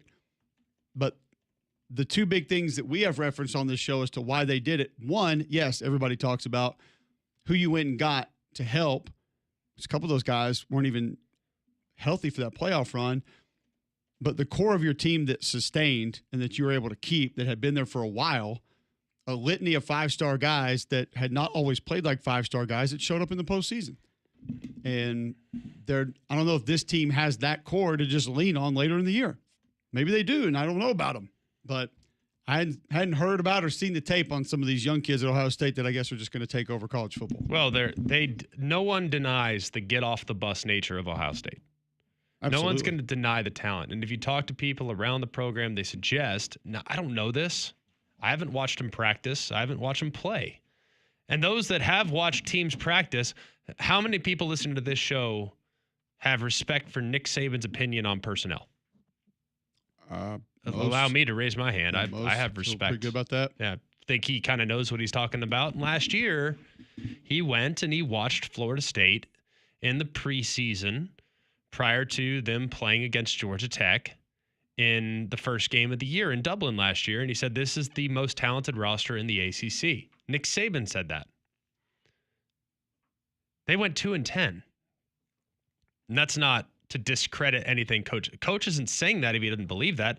They probably did have among the most talented rosters in the ACC, and it didn't work. We know Ohio State has one of the most talented rosters in the Big Ten, if not the most talented roster in the Big Ten. But the pieces still have to come together. Talent does not always equal wins. Now, wins are the result of talent in many cases, but it doesn't always mean that just because you have talent, you're all of a sudden the best team. That's what I'm curious about with Ohio State this year. And I'm in see it to believe it mode. I think Texas is going to win next week, this Saturday. I think Texas is going to win. Now, why is that a crazy pick, by the way? I mean, is it? I've heard some people just be like, what? Huh? You can't go in the horseshoe. Well, Michigan did last year. I mean, I could absolutely see where Ohio State finds a way to win the game, but I just I've also seen multiple people saying that it's this crazy thought that Texas can go win this game. It's you could flip a coin on most talented rosters. I know what you can't flip a coin on. How much talent has actually shown what they can do in meaningful games for the two rosters. That's Texas by a landslide here. So I don't know why it's this crazy thought that, Texas can go up there and win that game. Well, they don't know what they're going to get defensively. I have confidence in Sark putting together a plan. I'll just say that. I think his plan is going to be fine. Now, would the offensive line be able to block him? That's what I don't know. Fair question. And that can get you killed in a hurry. So maybe that's the difference in the game. Texas can't run the ball. And all of a sudden, you got a bunch of 3rd and 8s, 3rd and 12s, and Archer's under pressure, and you force him into a picker here, there, whatever. Okay, that can happen. But to think that they just don't have the talent or the roster or the experience, like I've seen Ryan Wingo, seen Trey Moore, seen Colin Simmons, seen B.J. Hill. I know what they can do. Seen them. I've seen some Caleb Downs. I mean, it's not that there's none. I get it, but I think it's going to be a hell of a game. It's going to make for one. Which way are you leaning right now? Texas. I lean Texas right now. Is it because you're an SEC homer? That's the reason, mainly. Yes. But even when I get past that, I say to myself again, remove all your SEC bias, and I still go Texas. They have less questions. Doesn't mean they'll win. The fact that they have less questions does not equal a win. It just means that until I see Ohio State with my own two eyes in a game, I'm not talking about practice. Like we just talked about, Nick Saban, the best evaluator of talent I've ever seen, or among the best. He went to a practice for Florida State and said, that's the most talented roster. I would imagine that if Nick Saban went to Ohio State, he'd tell you that's the most talented roster. Yep. At least in the Big Ten. Does not mean they are going to have all the answers to the test. That's what I'm curious about. It's going to be a tremendous game. I can't wait for it. The end of summer savings event is on at Royal Buick GMC. Here's some discounts that you're going to find. Get a 2025 GMC Sierra SLT Premium Plus X31 with sunroof with a list price of $71,610 for $57,110. That's a savings of $14,500. Have you seen the 2025 Buick Encore GX Sporting Touring SUV? It lists for $30,575. It's been reduced by $5,100. Buy it today for $25,475. Our offer is valid through September 2nd, 2025. Certain restrictions apply with approved credit. Save money and upgrade your ride at Royal Buick GMC, home of the $75 dock fee. Royal Buick GMC at the corner of I-65 and Highway 31 of Vestavia. Remember, for every ride, there's Royal. All right, more of your tweets at Mac and Cube. Calls in your questions, concerns, things you're looking to learn about teams this weekend. 800-239-9569 next on Jox.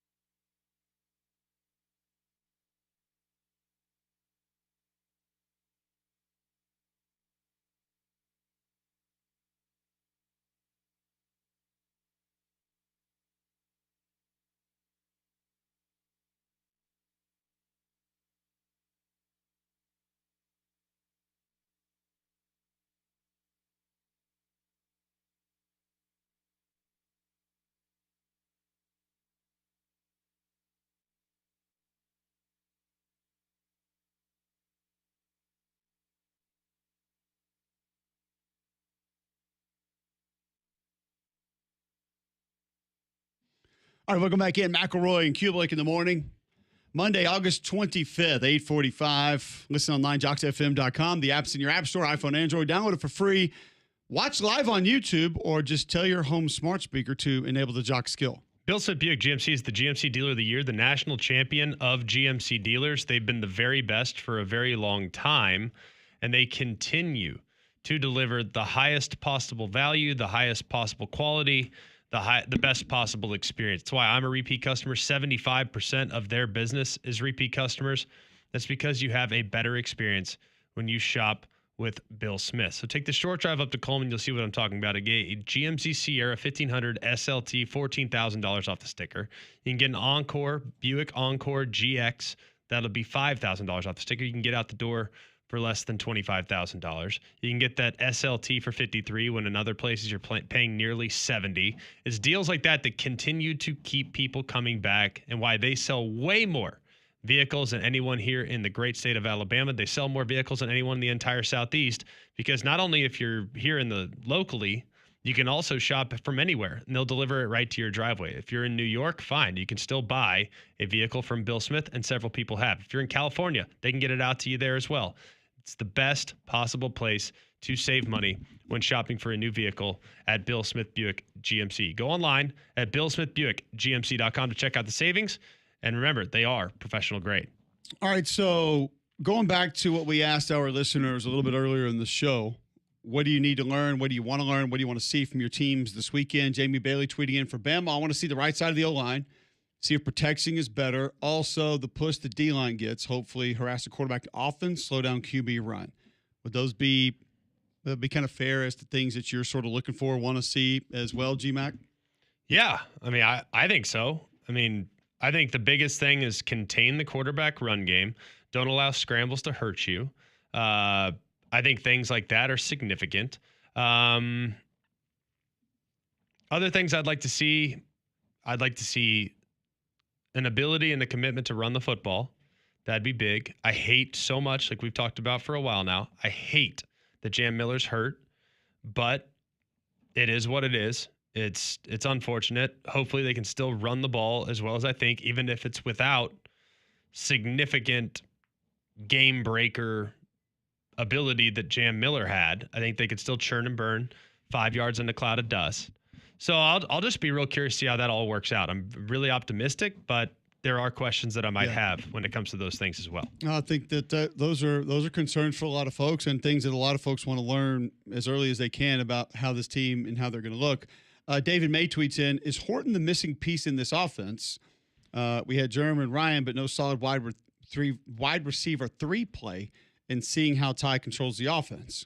Where would you be on sort of how and why you want to learn, what you want to learn about that aspects of this team? Well, I love what Isaiah Horton's going to bring this team. I think he's going to be great. Going back and watching some Miami tape over the last week, he did a lot of nice things last year. And it was kind of a unique offense where they run a lot of 4 verticals and they just play scramble drill because that played into Cam Ward's strengths. Like the more Cam Ward ran around and they would just kind of have, I don't want to call it like schoolyard plays, but that's kind of how it was sometimes. It's like, all right, you guys all release vertical and get your eyes back to the quarterback if you don't get beyond the defenders and let him run around and find you. And then you work scramble drill. So I don't think the offense was especially suited for his skill set last year. I think he's more of a, hey, you run this route and we're going to get it to you on time type of guy. So I'm curious to see how that all works. I also am curious, too, about some of Florida State's cover guys. A lot of new pieces back there. They lost 2 corners. I think we're pretty good off last year's team.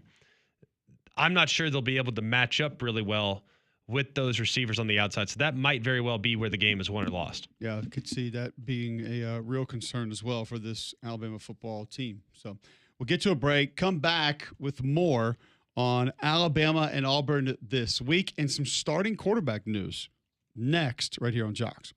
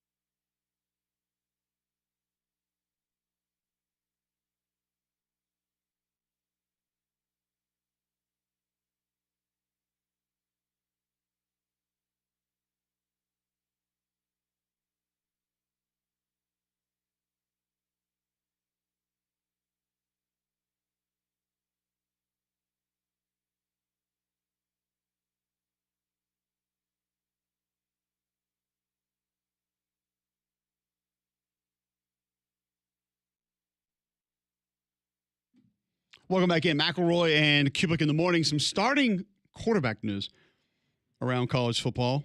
Some new QBs going to be chasing some rings in different places this college football season. I don't know if these are surprising or not. We'll get to them in just a moment. Greg, first, tell our listeners about Bromberg's if they're looking for rings. Well, Bromberg's been terrific and a place that I've been going for a very, very long time.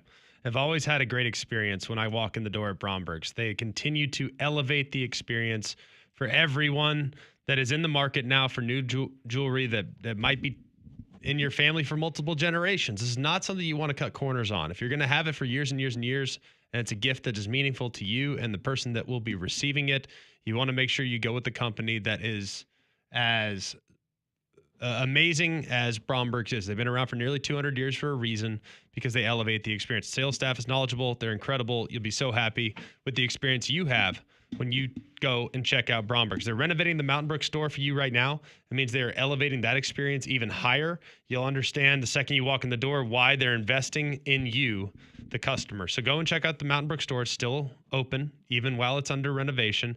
And they also have a store at the Summit. So you can also check them out at brombergs.com. A couple of the folks chiming in with things that they're concerned about, want to learn about their football team this upcoming season. We'll get to that in just a minute. Wake Forest has named their starting quarterback.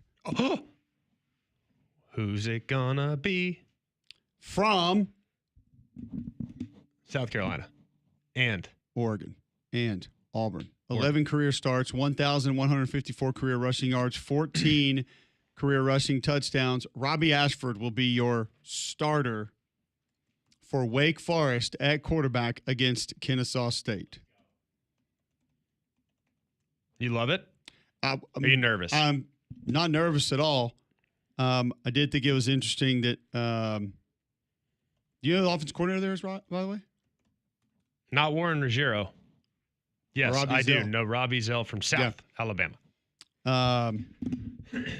Apparently, Robbie Ashford said that match was one, quote, made in heaven. Well, good. I don't have very high hopes for Wake Forest this year. Is that like the old show Jessica Biel was on? Yes, has to be. What was that show? Seventh Heaven. Same thing. Seventh school, heaven, starting at quarterback. Boom. It works. Got it. 100% works.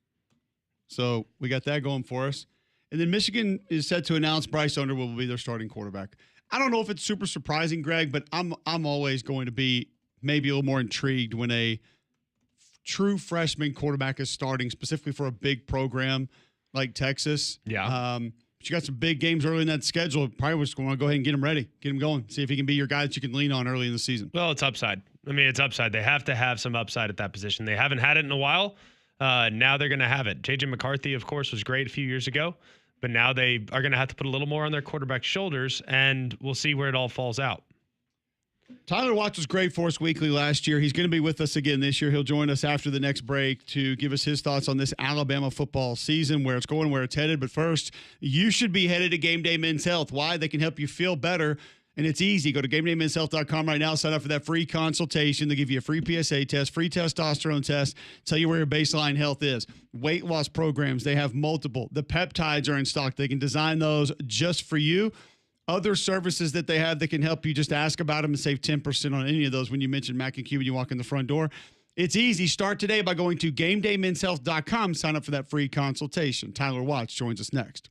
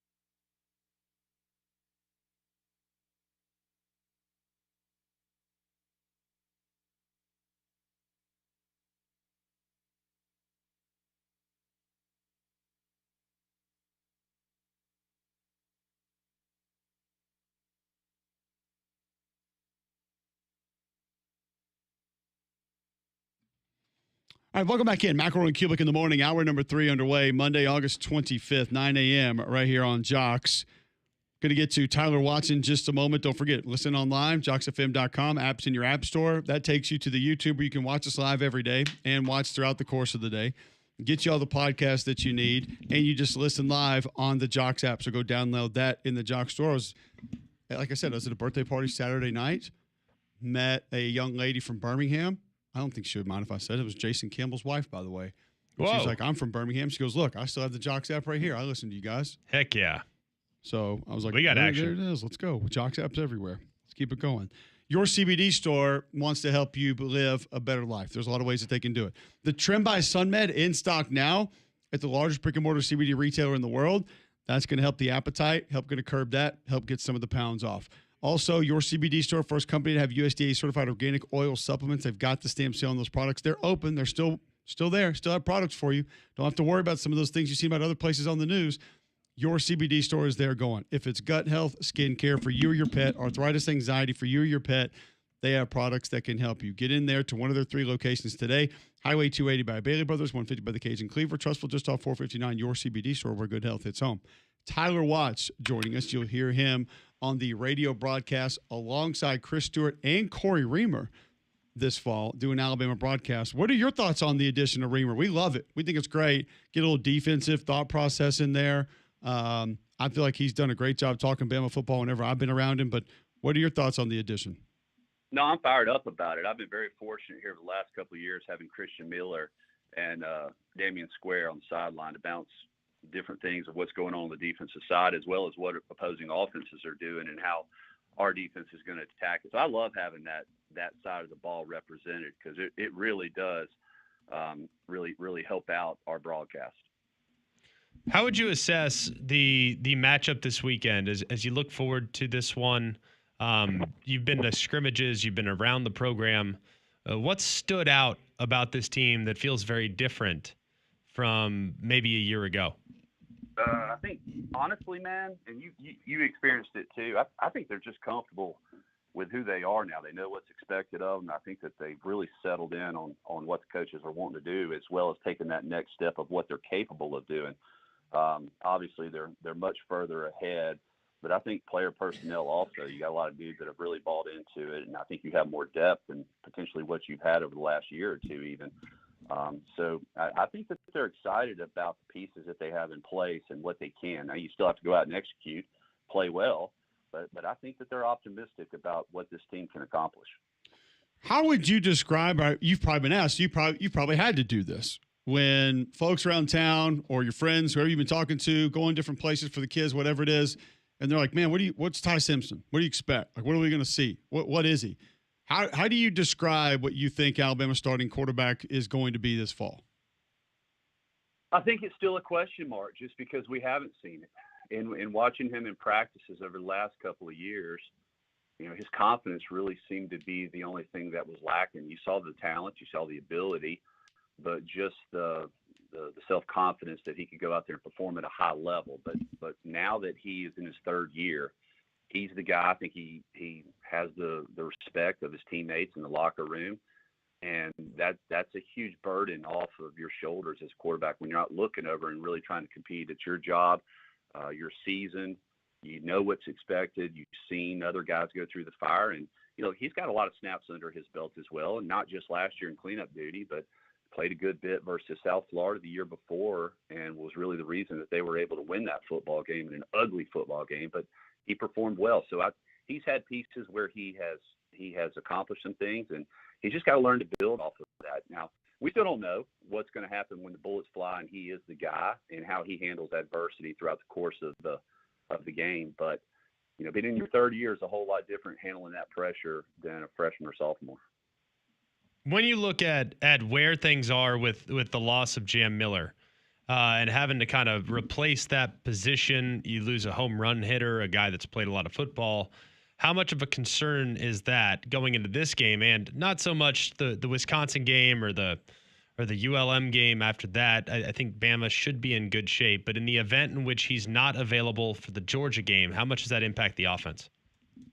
We shall see, because it comes down to what Richard Young, Daniel Hill, and Dre Washington are able to do, and who's going to be the guy. Are they going to be able to run the ball? Seems like a couple of weeks ago in a scrimmage, although it was early, they got inside the red zone and really struggled to punch it in.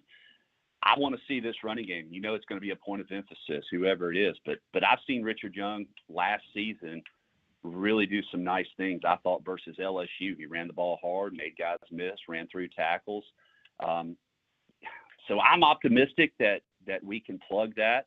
I think it is a drop-off, but you're hoping that you get enough production out of there so that Alabama doesn't have to be one-dimensional on the offensive side. I think most people feel like there's going to be a lot more balance with this team in general. Tyler Watts, former Alabama quarterback, will be on color commentary for the Alabama radio broadcast this fall alongside Chris Stewart, Corey Reamer on sidelines. How much more balance do you anticipate this team being? And I don't just mean throwing passing. I mean less reliance on individual players, spread the wealth a little bit, play calling, and then defensively too, maybe different type players in different situations that can step up, make plays that Kane Womack will be able to lean on at different times. All right, so let's start on the offensive side. I think it all comes down to the performance of the offensive line. Are we able to fill in those gaps? You lost a couple of nice guys up there, but the core nucleus of your offensive line does return. But how dominant can they be in the trenches? That really dictates what you're able to do offensively. Can you remain balanced throughout the course of the game and throughout the course of the season? I'm optimistic about it. I think a lot of people are, but you still have to see it before you believe it. And because there's so much talent at the wide receiver position. I mean, I was sitting here making a list this morning, and, you know, you got Rico Scott as number 4, and he's a guy that I think that a lot of people are high on. And we hadn't gotten Cole Adams, who had a lot of flashes last year, Jalen Mbakwe, who comes over from the defensive side. But they're legit 6 deep at the wide receiver room. So I anticipate them spreading the ball around and really utilizing just a short game as kind of extended handoffs to try to keep defenses off balance and run them to death, especially early on. High completion passes, and then you take your home run shots after everybody kind of settles in. On the defensive side, I think Kane Womack has a lot of weapons at his disposal. I'm really optimistic about the secondary. Now in their second year, a lot of young guys played last year. And we talked about it all the time, too. I'd be up there scratching my head going, why are we still rotating 8 defensive backs throughout the course of the season against Tennessee? Well, they're all pretty good, and they needed to be on the field getting that experience. So this is their year to shine. Keep everything in front of them. And I think that more than anything else, they want to cause a lot of confusion on that side and try to create turnovers. When you look at what this team could eventually become as they grow and get better, what position group you think stands to potentially elevate this group the most? Is it quarterback? I feel like that's kind of the obvious one. So if we just remove Ty Simpson, if he plays like an All-American, we all know what this offense could become. But what position group do you think is in the best position to elevate this team to the highest possible heights? Oh, boy. Well, Ty Simpson, if he becomes an All-American, it's because he's doing a good job spreading the ball around to all the dudes around him, and he's looking like a genius because of his ability to distribute the ball. I think what's going to differentiate this team between being just a good team and a championship-type caliber team is going to be that defensive front. Are they able to get pressure? Are they able to create issues in the backfield? Because we really don't have a speed rusher, man. And how are we going to win those fights up front? I like us. We got to stay healthy at the linebacker position. I think we're going to be solid in the secondary. But, I mean, I think it all pivots down to what are we able to do on the defensive front? And that seems to be the question around college football. I'm just wondering what you're expecting with Ryan Grubb being back and how you expect things to look different. Maybe what aspect of that excites you, you think brings real positives, what might be a little bit different to fans when they watch it. Just your overall thoughts of him now being there, getting through this fall camp and heading into the season. Well, I still contend, though, had Ryan Grubb been the offensive coordinator last season, you probably wouldn't have seen a whole lot different just because of the skill set of what Jalen Milroe had. You had to utilize his ability to run the football and some of the challenges that he could put on a defensive unit. You had to take advantage of that. So it was going to be different regardless. He has mentioned over and over, though, that his experience at the NFL level really made him a better coach, made him understand how to communicate better, how to call plays better. So you're hoping that, along with probably probably more talent than what this roster had last season, that they're able to really press the defense in multiple ways, not only vertical, laterally, but also more balanced on the running game, and allowing the quarterback to not be as big of a part of the running game, however, still with enough mobility to be able to take advantage of that. So how different is it going to be? It's going to be different year to year because these coaches will tell you it's all based on personnel, what they have returning, what comes into the transfer portal, and they're all still trying to find their identity a couple of weeks into the season. I don't think there's any doubt. Tyler, we're looking forward to catching up with you on Mondays again. You'll be with us every week. Enjoy the game this weekend, and we'll catch up a week from today. Appreciate it, fellas. There you go. Tyler Watts, former Alabama quarterback, joining us on the Higginbotham Hotline. I've said, Greg, that when looking at Ryan Grubb and what he's going to bring, I think there will be more emphasis of ground and pound football, wanting to impose your will. I just think that there's a little bit more of that in his DNA, and it's going to be more on the forefront of his mind. I also think the way the team is set up, the way the team is built, it's a tad more necessary. I'm not just going to say that they can't succeed without it, but I do think that could open up more for this team than maybe what it did a year ago. And I think that this team is a little more certain with who they are and what they are, as opposed to last year when you had a little Jekyll and Hyde with different pieces of your offense. Didn't know what you were going to get on a daily basis, weekly basis, every practice, every series basis. So now you can go in and say, hey, we know we're this, so this is what we're going to go be, because that allows us to do all these other things, as opposed to last year where those game plans may have drastically changed from week to week or every few weeks. And while at times last year there was that, all right, we're going to go out there and try to push you around now, it wasn't often. I think a lot more often now we're going to see a team that at least wants to go out there and impose their will and be a run-first football team on offense. Well, I think that's in an ideal scenario, that's what they'd like to be. A team that can run the football, that's going to pound it, that's going to do a lot of different things. The one thing that concerns me is, will the offensive line be able to move people off the ball? That we have thought for a couple of years now.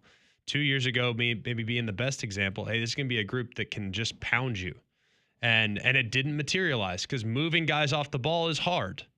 And having an offensive line that gels is difficult. I think the path of least resistance continues to be through the air. So, yeah, if they can move the ball and pound you like the murder ball days of yesteryear, amazing. That's great. But is that realistic in today's day and age in college football? Right. Like how many teams are truly doing that? That are just pounding you and making you like it? There's not a ton. There's Notre not. Dame was It's that hard. last year. Michigan was a couple of years ago. 2 years Georgia ago. has been at times the last couple of years here and there. Army. Well, yeah. Service academies are still there. Not so much Navy anymore. No. They have a cool offense. It's it's not. There are not as many teams that lean on it. Let's just do this. Let's go to last year. Your top 10 rushing teams in college football. Okay? Yes. We're going to look at those, and you tell me as I go through these, we'll go top 15. Top 15 rush teams in college football, as in yards per game. Which ones were that in mentality and operation, that they go out there and they push you around physically? Army. Yeah, I mean, Army. They could. Yeah. Definitely could. New Mexico. Yeah, they were good. But they weren't. There's a lot of it was smoke and mirrors. Mm-hmm. Jacksonville State. Smoke and mirrors. Liberty. Don't care. UCF. Malzahn, smoke and mirrors. Navy. At times. Yeah. Not mowing you off the ball. By the way, this is a surprise number for me, UNLV. I knew they ran the ball well. I didn't know they were number 7 in the country. A lot of quarterback run. And a lot of built-in read plays, manipulation, things of that nature. Now, Boise, they had a dude, obviously, but that was still... But their offensive line wasn't good. They weren't great, but they were going to at least make that effort to push you around. Yeah. I would still classify them as that style of football team. Right. Tennessee. Yeah, I mean, they were pretty good up front. They tried to be that more so than they have, but there was still a great benefit of being spread out, tempo formations, things of that nature that helped with that. Air Force, absolutely, and they're going to move you. K-State had a lot of that in them. Ohio, no. Kansas, no. Old Dominion, no. Texas State, no. So out of the top 15 rushing teams in college football last year, what do we name? 4 that were? Tennessee, Boise, Army, Air Force, Navy. 5 out of 15 were teams that went out there and said, hey, there's nothing you can do about this. We're going to push you off the football. I mean, some other teams that come to mind, you mentioned Notre Dame, 19th in rushing offense last year. Yeah. Penn State did it at times last year. I mean, it's not like Drew Aller was running past people. They were 17th. Iowa was 24th. They did it. Tulane did it. They were 25th. A&M did it. They were 26th. So there are still some teams out there that are able to be that. I mean, Miami was that at times. I mean, they had a couple hammers at running back. That helps. But for sure. But like you said, there's not a lot of teams that can even have the desire to be that 30, 40% of the time because they can't do it. Like Georgia Tech was 32nd in rush yards last year per game. I know they want to be that, and I know Brent wants them to be that, but like they don't have the O-line and the tight ends to do that just on an 80% clip. They got to motion you. They got to move you. They got to formation you. They got to QB run you. They got to read you. All those things are going to be a part of it. Yeah. So speaking of Georgia Tech, Tyler Jones tweeting into the show, what I'd like to see from my team is Haynes King stay healthy and just play a sound football game. That'd be balanced great. Attack on offense and some improvement on defense from last year. If they do all that, they're going to have a good season. Now, again, some people will translate that to you and I saying they're going undefeated, but I think they're going to have a good year. I think Georgia Tech deserves a little bit more conversation than what they're getting heading into this season. Just nationally with what people are not really saying about them. Well, here's the thing about Georgia Tech. That's a big one this weekend too, man, and a super interesting one on both sides. I like their chances this weekend. Just saying. That game's Friday also. That'll be head-to-head with Auburn. Mm-hmm. So take your pick. You can only watch one. Oops. I'll watch Georgia Tech. You can watch Auburn. I'll be watching Auburn Friday night, and there's going to be some folks that are disappointed that I'm staying in, but I got to watch that game, man. I got to be dialed in on that one. I would hope. Anyways, back to the original point. If you look at Georgia Tech, their schedule, their personnel. First of all, I think the kid, I went back and just buzzed it. Just because everyone's talking about Georgia Tech, they're a little trendy. Don't love trendiness. They're a little trendy. I look at Georgia Tech. I'm a little concerned about replacing some of the pieces on the offensive line. I went back and buzzed a little tape on some of the big plays created by Eric Rivers, their transfer from FIU. That guy's going to be good. Yep. He's going to be a good player. He's going to do some nice things for them. And I'm not saying he replaces Eric Singleton, but I don't know if that hole that Singleton created is going to be as significant as originally anticipated. No, he helps. I've had a couple of his games before. He can go. He can play. He can play. So that was a really nice addition if they're continuing to just emphasize speed. That's what this team does. They emphasize speed. They emphasize toughness. Speed first, toughness second. Not in a bad way. Just they want track speed on the field, which I love. I just worry about the offensive line. Here's their problem. They have so many coin toss games. They might be favored in 10 games. They're going to be an underdog against Clemson. We know that. They're going to be an underdog against Georgia. We know that, right? But how many games on their schedule are coin tosses? Start with this weekend's game against Colorado. That's a 4-point line. 3.5, 4, whatever it is. That's a coin toss game. That's a hard game. I'm just going to say this. I think they should win that game. I think they'll win that game. Virginia Tech on October 11th. Tough game. I think Virginia Tech's going to be better. Those are two very similar teams as far as what we know and what we don't know. Correct. And what they could be or couldn't be. At Duke. Coin toss. At NC State. I think NC State's going to be better. Coin toss. At Boston College. Coin toss. November 15th, by the way. Correct. Think it'll be snowing sideways? Yep. It ain't going to be pretty. Pitt at home. Like all those teams are bowl eligible teams. And I would not sit there and say, yep, Georgia Tech's going to blow them out. Any of them.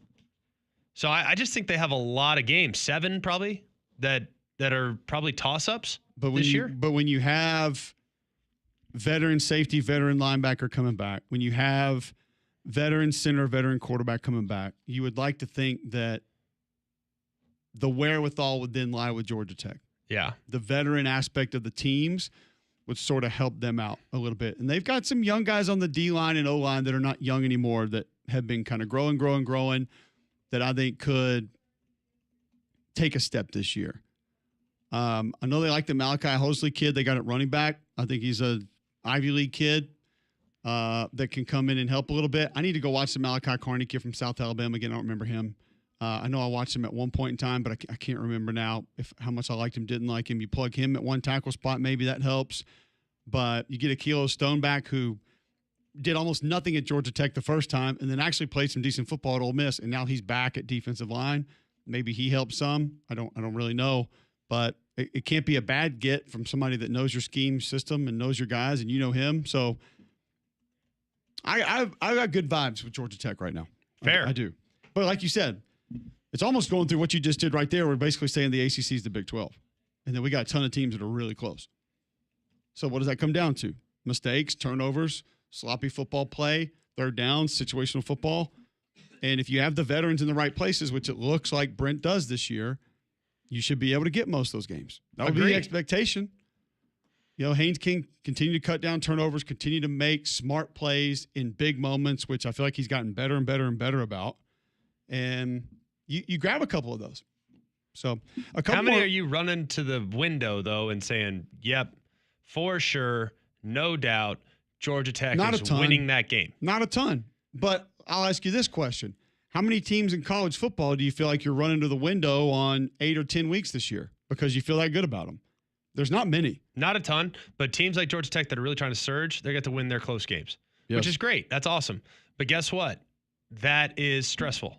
It and is, stress eventually takes its toll on a team where they're going to lose a game where that's you're what like, those teams do. They have no business losing that game. You either do that or you're Nebraska.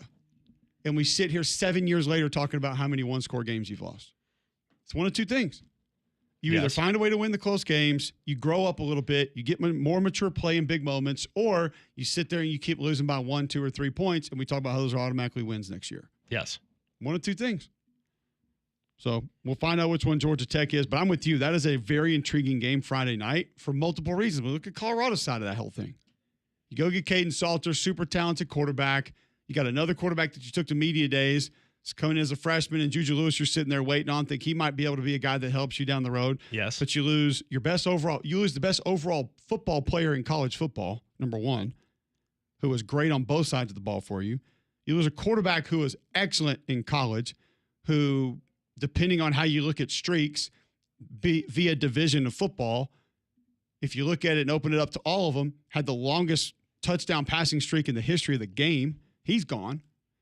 So all of a sudden it's just going to correct itself? For sure. Hard to imagine that. Absolutely. Always corrects itself. Come on. Next Savage up. I just worry about the toll it takes in playing games that come down to the wire on a week-to-week basis. And the likelihood of running the gamut there. It's fair. That toll can be flipped. It can. Team like I had a conversation with a friend this weekend, and he said, I think most college football teams are who they are. He goes, it shifts and varies a little bit every year, but essentially you are who you are. And I said, no different with Auburn. They're a momentum football team. Yes. And you can ride that momentum like a tidal wave. But as soon as that momentum turns on you, what happens? You get slapped in the face and you don't know what to do. Confirm. LSU, to me, has always been a bit of a front-running football team. When the going's good, watch the hell out. Going's bad?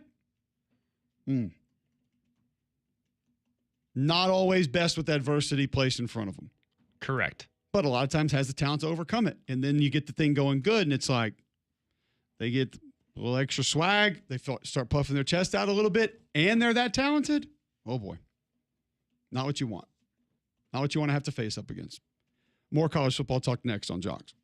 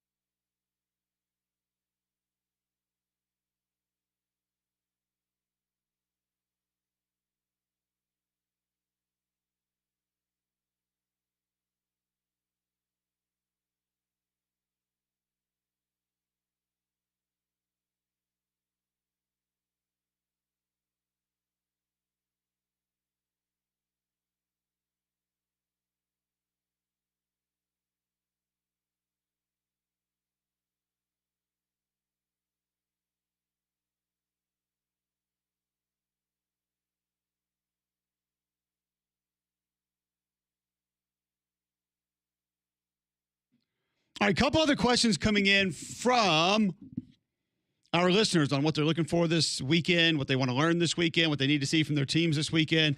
800-239-9569 if you want to get in. Tomorrow, Andy Bertram's on the show at 8, Bruce Pearl on the show at 9. Bruce going to give us just a little view into his team, some details on his team before we hit college football season. And then Max Ball. You're going to get ripped for that segment. Good. It's football season. Football meant to be played in the fall. We can't get any pay games. All right, David May tweeting in, who will get the most snaps at RB1, Richard Young or Daniel Hill? And if y'all learned anything on our tight end room, haven't heard a word about Danny Lewis, so I'm guessing it will be Josh.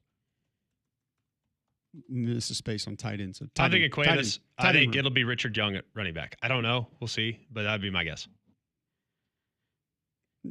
It's fine there. You're good. Yeah. He'll be fine. Downhill is not necessarily a game breaker, Physical. but get you some tough yardage. Goes back to what I said about that mindset, though. He'll That's run where hard. you want to go. He's a pretty good guy to help set that tone. Yeah. He can get that going. So I wouldn't be upset about that. And I think too, what you kind of hope for, GMAC, is that later in this game you're in a position to say, all right, well, let's give a couple looks here. Let's look around. What do we have? What does it feel like it's going to be? So on and so forth.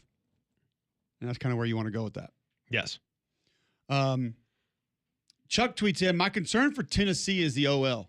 Replacing 4 starters and having a true freshman at tackle in Sanders Jr. Got to keep quarterback upright.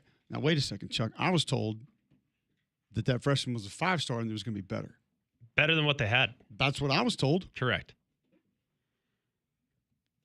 Now, He's willing to play. Now I'm confused.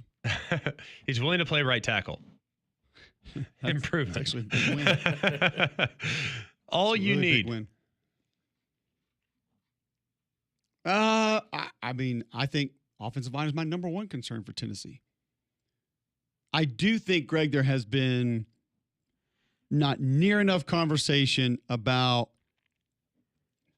some people have been very flippant with this about the difference in what Joey Aguilar is going to do now compared to what he has done. And I'm not referencing just shotgun to under center or pistol to regular shotgun. The accuracy in which the quick game, I mean, that quick game is not necessarily designed to just get the ball to the guy. It's designed to get the ball in a certain spot at that time so he can run after the catch. And if those plays are going for a yard or no yards or minus a yard, that's a pretty big hindrance against that offense and how it's designed and what it's supposed to do. And then how quickly the ball needs to come out, where the ball needs to come out to, the tempo, getting guys lined up and getting the football snapped. It's just different from what he's done.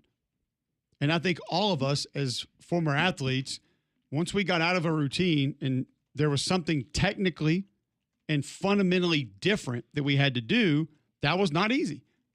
It was not an easy transition. And it doesn't mean that he's not going to be able to do it, but it's how good can he be at it, how quickly. And that's what takes a little bit more time. Well, my biggest problem with where they're at along the offensive identity is if they can't run the ball as well as last year. Let's just assume they can't, because what's the likelihood of them running for the same level of production as last year? I don't think that is feasible. It'd be amazing. If they can, more power to them. If they can't run it as well as last year, and you aren't having to sell out as a secondary against the run, and you're not having to have overhang players for the safety, and you're not having to add a half hat into the run game on every single offensive snap, and you're not super concerned about quarterback taking off and going the distance with the run game in called runs and or scrambles, can their receivers create enough against coverages that might have 2-on-1 defenders, 2 defenders on 1 receiver? Are they good enough to throw the ball out of a jam?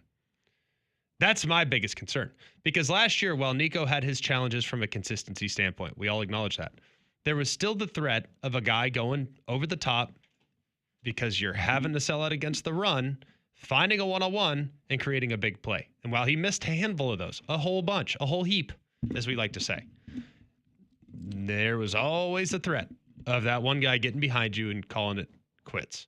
Yeah, it's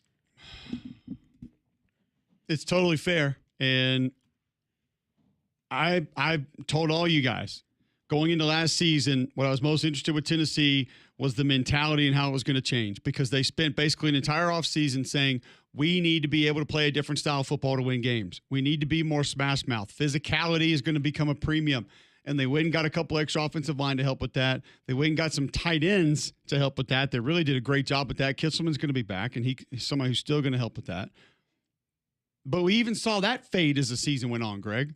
Yep. Like, that was a strength against North Carolina State. Huge. They manhandled North Carolina State up front. They did. And that's not a team that we have said that about very often in the last 10 years.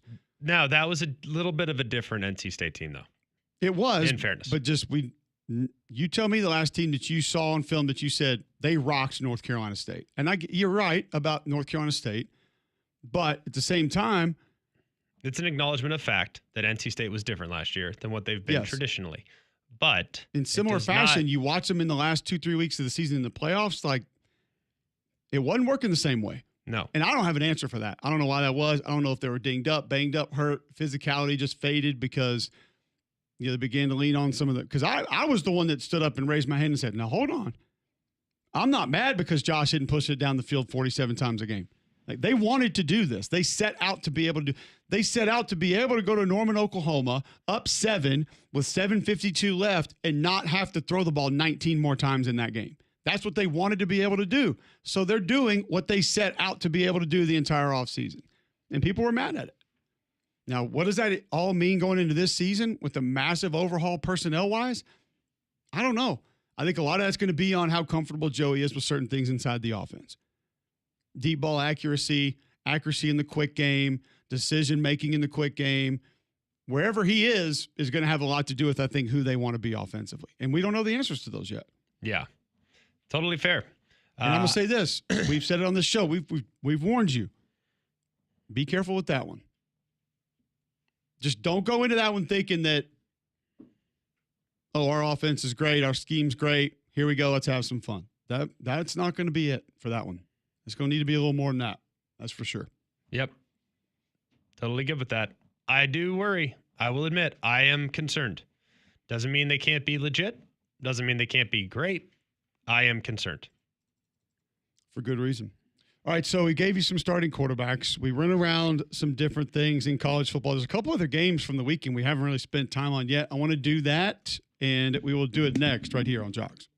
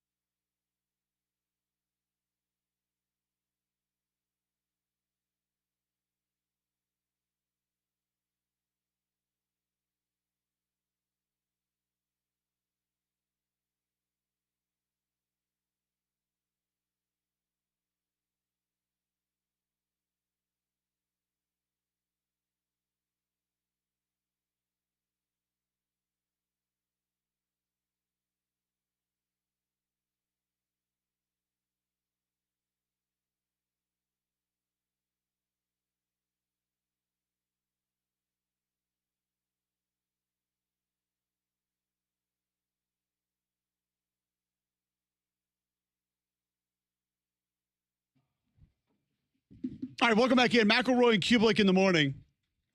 A couple other games that we have not hit from over the weekend that I wanted to quickly. I'm just going to go out on a limb and guess that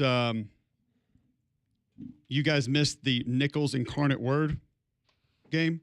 No, I got a little bit of it. No, it was fun watch. Yeah, it was.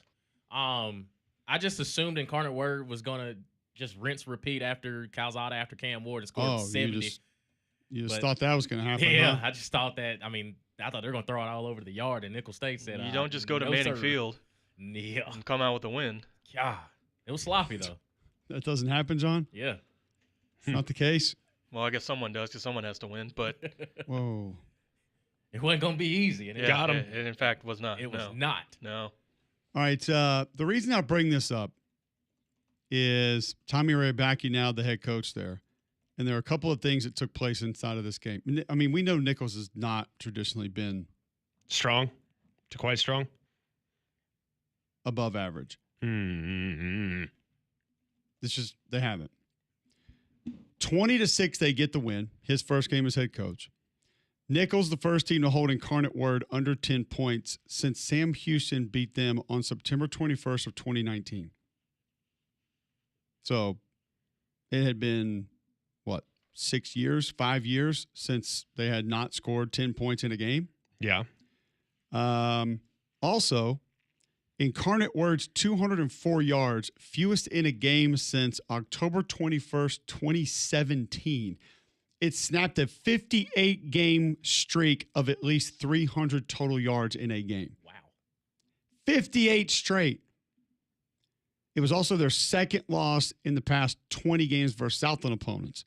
They were the preseason favorite to win Southland this year. So that's just a heck of a win for Nichols. And like Damian said, a lot of people thought Incarnate Word was just going to continue to roll. But when you've had 300 yards in 58 straight games, right. People probably anticipate that. Not when you bad. scored more than 10 every game since 2019, probably think you're going to get that. Either way, still a nice win there. We did mention UNLV's win against Idaho State. Dan Mullen, we didn't hear this from a little bit earlier, just kind of his thoughts on his team's performance after the game. I could get up here and give you all the different boring things of what happened in the game, and all the little things that we have to fix. But the exciting things of what happened in this game is we're in a tough game. That Jordan Cook, one hell of a quarterback, one unbelievable football player. But the great thing is finding a way to win, right? I mean, there's very easy. Could have been very easy for us to find a way to lose today as a team. But this team, these guys all stuck together and found a way to win when it was important. That goes back to what you were talking about, Greg, with just the Georgia Tech situation. Being good in certain situations, finding ways to win games, knowing when to be maybe a little bit more risk averse, when to take your chances, when to take your shots. And you got to grow up to do that. So for Dan Mullen, being in that game against a team that most of those kids probably thought they were going to walk through. Yeah. Giving up a lot of yards to still go out there, find a way to win, get the dub. You feel pretty good about that. Feel real good about it. The other thing you feel pretty good about is the fact that a lot of those guys knew. A lot of those guys haven't necessarily been around the program, so I think that's clutch. But in saying all of that, is there a concern going forward defensively with what they've accomplished? There's no doubt. Has to be, right? You Has have to 380 yards passing, you're worried. You have to. And there were multiple receivers running wide open in that game. And guess what? That's not that uncommon. Like, got a lot to clean up. Guess what? Defensively, can figure it out. Hopefully be better next year or next week, next time out. But it kind of goes back to our conversation early in the show today. These games in weeks 1, 2, and 3, as you're kind of figuring things out, those that can best weather the storm and win situationally are going to be successful. Why did Iowa State win the game? It's pretty simple. They both turned it over. Both were a little sloppy. Like, it wasn't great. Muffed punts, what have you. Why did Iowa State win the game? Because they went 3 for 3 on 4th down. Kansas State went 1 for 4. That's why they won the game. Yeah. It's pretty dang simple. It's not a hard, complex conversation to have. Not super difficult. Nope. 3 for 3 on 4th down. 4th and 1, Rocco Beck run to the left-hand side, spin through contact. Could have been a TFL. It wasn't. He fell forward. First down. 4th and 1 again, a little later in the game. Sprint option left. Rocco Beck keeps it. Gains 4. First down. Late in the game. 4th and 3. They decide to bring pressure. Outlet to Hansen in the backfield. Right in the flat. Catch. Make guy miss. Up the field to the first down. 1st and 10. All right. 4th and 1s. That's what determined the game. One was on their own 43-yard line. Yep. You don't get that. It's big potential flip in the game and momentum. Meanwhile, you have Kansas State going in, can't convert a 4th and 1 on the 7-yard line. You have a little later in the game, 4th and 1, get stuffed with a QB sweep. And then a little later in the game, I mean, it's like they just couldn't get out of their own way. So it's 4th down. And that's going to be the name of the game here as we continue on. The teams that win situations early will win games. The teams that don't will lose games. It's not going to be so much as we're just going to go out there and flex on our opponent, because that's not likely. You're still a work in progress at this point. Yep. You got to win situationally. There's no doubt. And then being able to hold on to a lead, being able to go play catch up. If you have to do that, that makes your team very different. We'll get to all that throughout the course of the season. Who's doing it, who's not doing it, why they're doing it, how they're falling short of it. All that and more. Before we go to break, though, tell our listeners about Chenora Flooring. Well, love Chenora Flooring. Love working with Fu and love the relationship that we have. Always appreciate very much the level of service and expertise that you're going to get when Chenora Flooring comes to see you. They're going to upgrade your home. They're going to make that experience better. Very encouraged by the inventory that they've been able to accumulate. 40,000 square feet of CoreTech flooring is currently in stock. And because they have so much, they're able to give it to you at the best possible price. They're going to give you $10 off per box. So you can really stack some savings when purchasing that CoreTech flooring by Shaw from Chenora Flooring. Call Fu and You today, fuandyou.com. You can call them, you can get them out, you can get a quote, all that stuff. And you get 12 months financing to kind of take a little bit of the pressure off your budget. It's going to upgrade your floor. It's going to upgrade your home. It's going to upgrade your business. So call them today by going to fuandyou.com. That's fuandyou.com. It's Chenora Flooring. Remember in the middle of the Saban run where certain teams would do stuff and they're like, this might be his best team. This might be his best team. Yeah. There's no way they can be better than that team. There's no way. Our chosen sons are back in bad box score of the day. And I'm beginning to wonder. How back are they? Is this the best Stars team we've ever seen here on this show? Ooh, 98 with Madonna and Brett Hull would be up there. I'll ask you if you agree and tell you why I'm even asking the question next on Bad Box Score of the Day, Mac and Cube in the morning.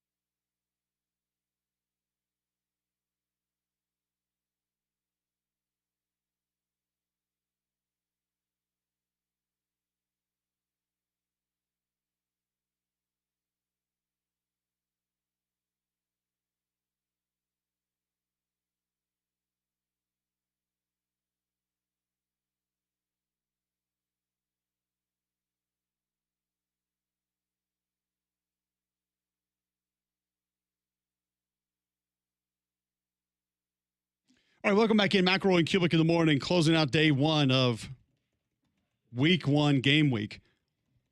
Appreciate all the feedback you guys get in. If you missed anything, whether it was Paul Finebaum, Brandon Marcelo, Tyler Watts, JoxFM.com, or the Jox app, you can go back, listen, or just rewatch it on YouTube. Search Jox945. You can find it there. Before we get into our bad box score of the day, tell you about my friends at Royal. The end of summer savings event is on at Royal Buick GMC. Here's some of the discounts you're going to be able to find. 2025 GMC Sierra SLT Premium Plus X31 with sunroof. List price $71,610. You get it for $57,110. It's a savings of $14,500.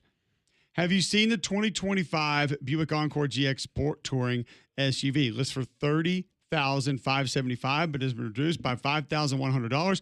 Buy it today for $25,475. All offers valid through September 2nd, 2025. Certain restrictions apply to approved credit. Save money. Upgrade your ride at Royal Buick GMC, home of the $75 dock fee. Royal Buick GMC at the corner of I-65 Highway 31 of Vestavia. Remember, for every ride, there's Royal. All right, let's get to our bad box score of the day. Personal foul, 69, offense. He was giving them the business. Intentional grounding, offense number 7. It's a 10-yard penalty.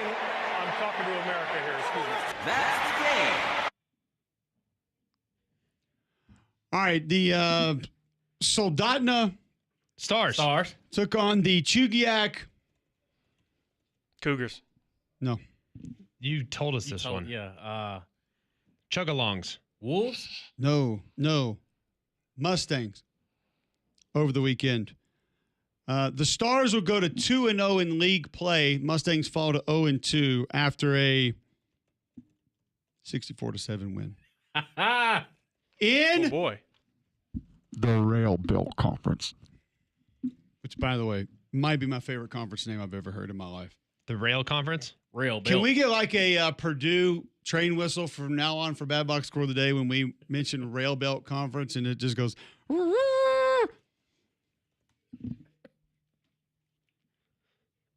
I think we can find a. Sorry, I was didn't know if I was going to sneeze or cough there. I think we could probably find a choo-choo train noise for you. We need that. Allow me to take you down the tracks through some of the numbers. 21-0 at the end of one. There we go. Quarter. There we go. Quarter, not half. Quarter. We ain't got time to mess around. Nah. 49-0 at the half. Let's go. They scored on all 8 drives. That quarterback Owen Buckby was on the field. We mentioned him last week. Now, yeah. Here's where we begin the conversation of, is this the best Soldotna team we've ever seen? Let's go. Isn't this a rivalry game? It's a Rail Belt Conference game. I thought it was a rivalry game. That's a rivalry like Texas and A&M is. When you Kinda blow one these side. teams, Like out, when you Alabama, blow Auburn. teams out Yeah. like this, Where they like can't one qualify side as thinks it's a rivals. rivalry, the other side not so Yeah. much. Georgia Tech, yeah. They just happen to be in state. Correct, yeah. Our chosen son, the Soldotna Stars offensive He won't starters. take debate on that. You won't. Not in week one. Our chosen sons, the We're worried about Baylor. Soldotna Stars offensive starters, have now scored 18 touchdowns on 18 drives this season. 100%, baby. Yeah, but what have they done on 4th down? Don't need them. How many 3rd down attempts? Not enough. Coach Galen Brantley Jr. said, I feel like we're executing at a pretty high level for week 2. That's yeah, one I'd way say to put so. it. That's one way I to would put say it. so, Coach. He said, we're not where we need to be. We're moving in the right direction. The exact attitude we expect him to have. Never There's a lot more satisfied. cleanup here, even though we're 18 for 18 on got work. touchdowns every time we've touched the ball. We got work to do. You asked the question all show. What do you want to see in week 1? Obviously, Soldotna had the answer because look at him.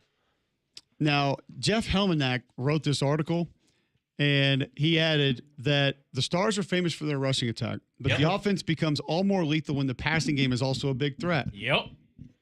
Buckby was 5 of 6 for 112 yards and 3 touchdowns. I love that 5 of 6 is the passing game becoming lethal. So lethal. 5 of 6, 112 yards, 3 touchdowns. Who dropped the pass? I need to know. He also ran for a 56-yard touchdown. Come on. Dual threat. 2 of the passing touchdowns, Damian, went to Matthew Schilling. 4 catches, 105 yards. Let's go. 2 touchdowns. Let's go. Kurt's son out here doing work. Man. Wow. Give him the ball. Bloody sock. Dax Walden caught the other touchdown. And Don Wolverton led the rushing attack with 6 for 108 and 2 touchdowns. Man, they are unstoppable. Let's go. I asked the question again. Are we witnessing the greatest Soldotna Stars team we've ever seen? It's starting to feel 2 like weeks in. 2 weeks in. That's all I'm saying. We should maybe just rename this segment to Soldotna. Against who? I will say this. Soldat Talk. People felt this way back in 2010 when Denard Robinson was out here doing work 2 weeks in. He had to throw the ball more than 5 times a game, though. Oh, that's true. I love Soldotna. So do we. Yeah. I'm just glad that we've introduced the people to him. The lethal passing attack only took 6 attempts. Soldotna 2-0 in the rail belt. They get, I don't know if they played this team last year. I don't remember this team. Dimond. Is that Diamond?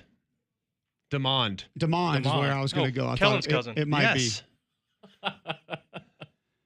That'll be this weekend, Friday night, 7 o'clock. Let's go. They got Lathrop at the end of the year. And don't forget that big matchup with North Pole. They always deliver. The poll always goes. Immunity. The poll always brings extra gifts. That's why the song was in your head.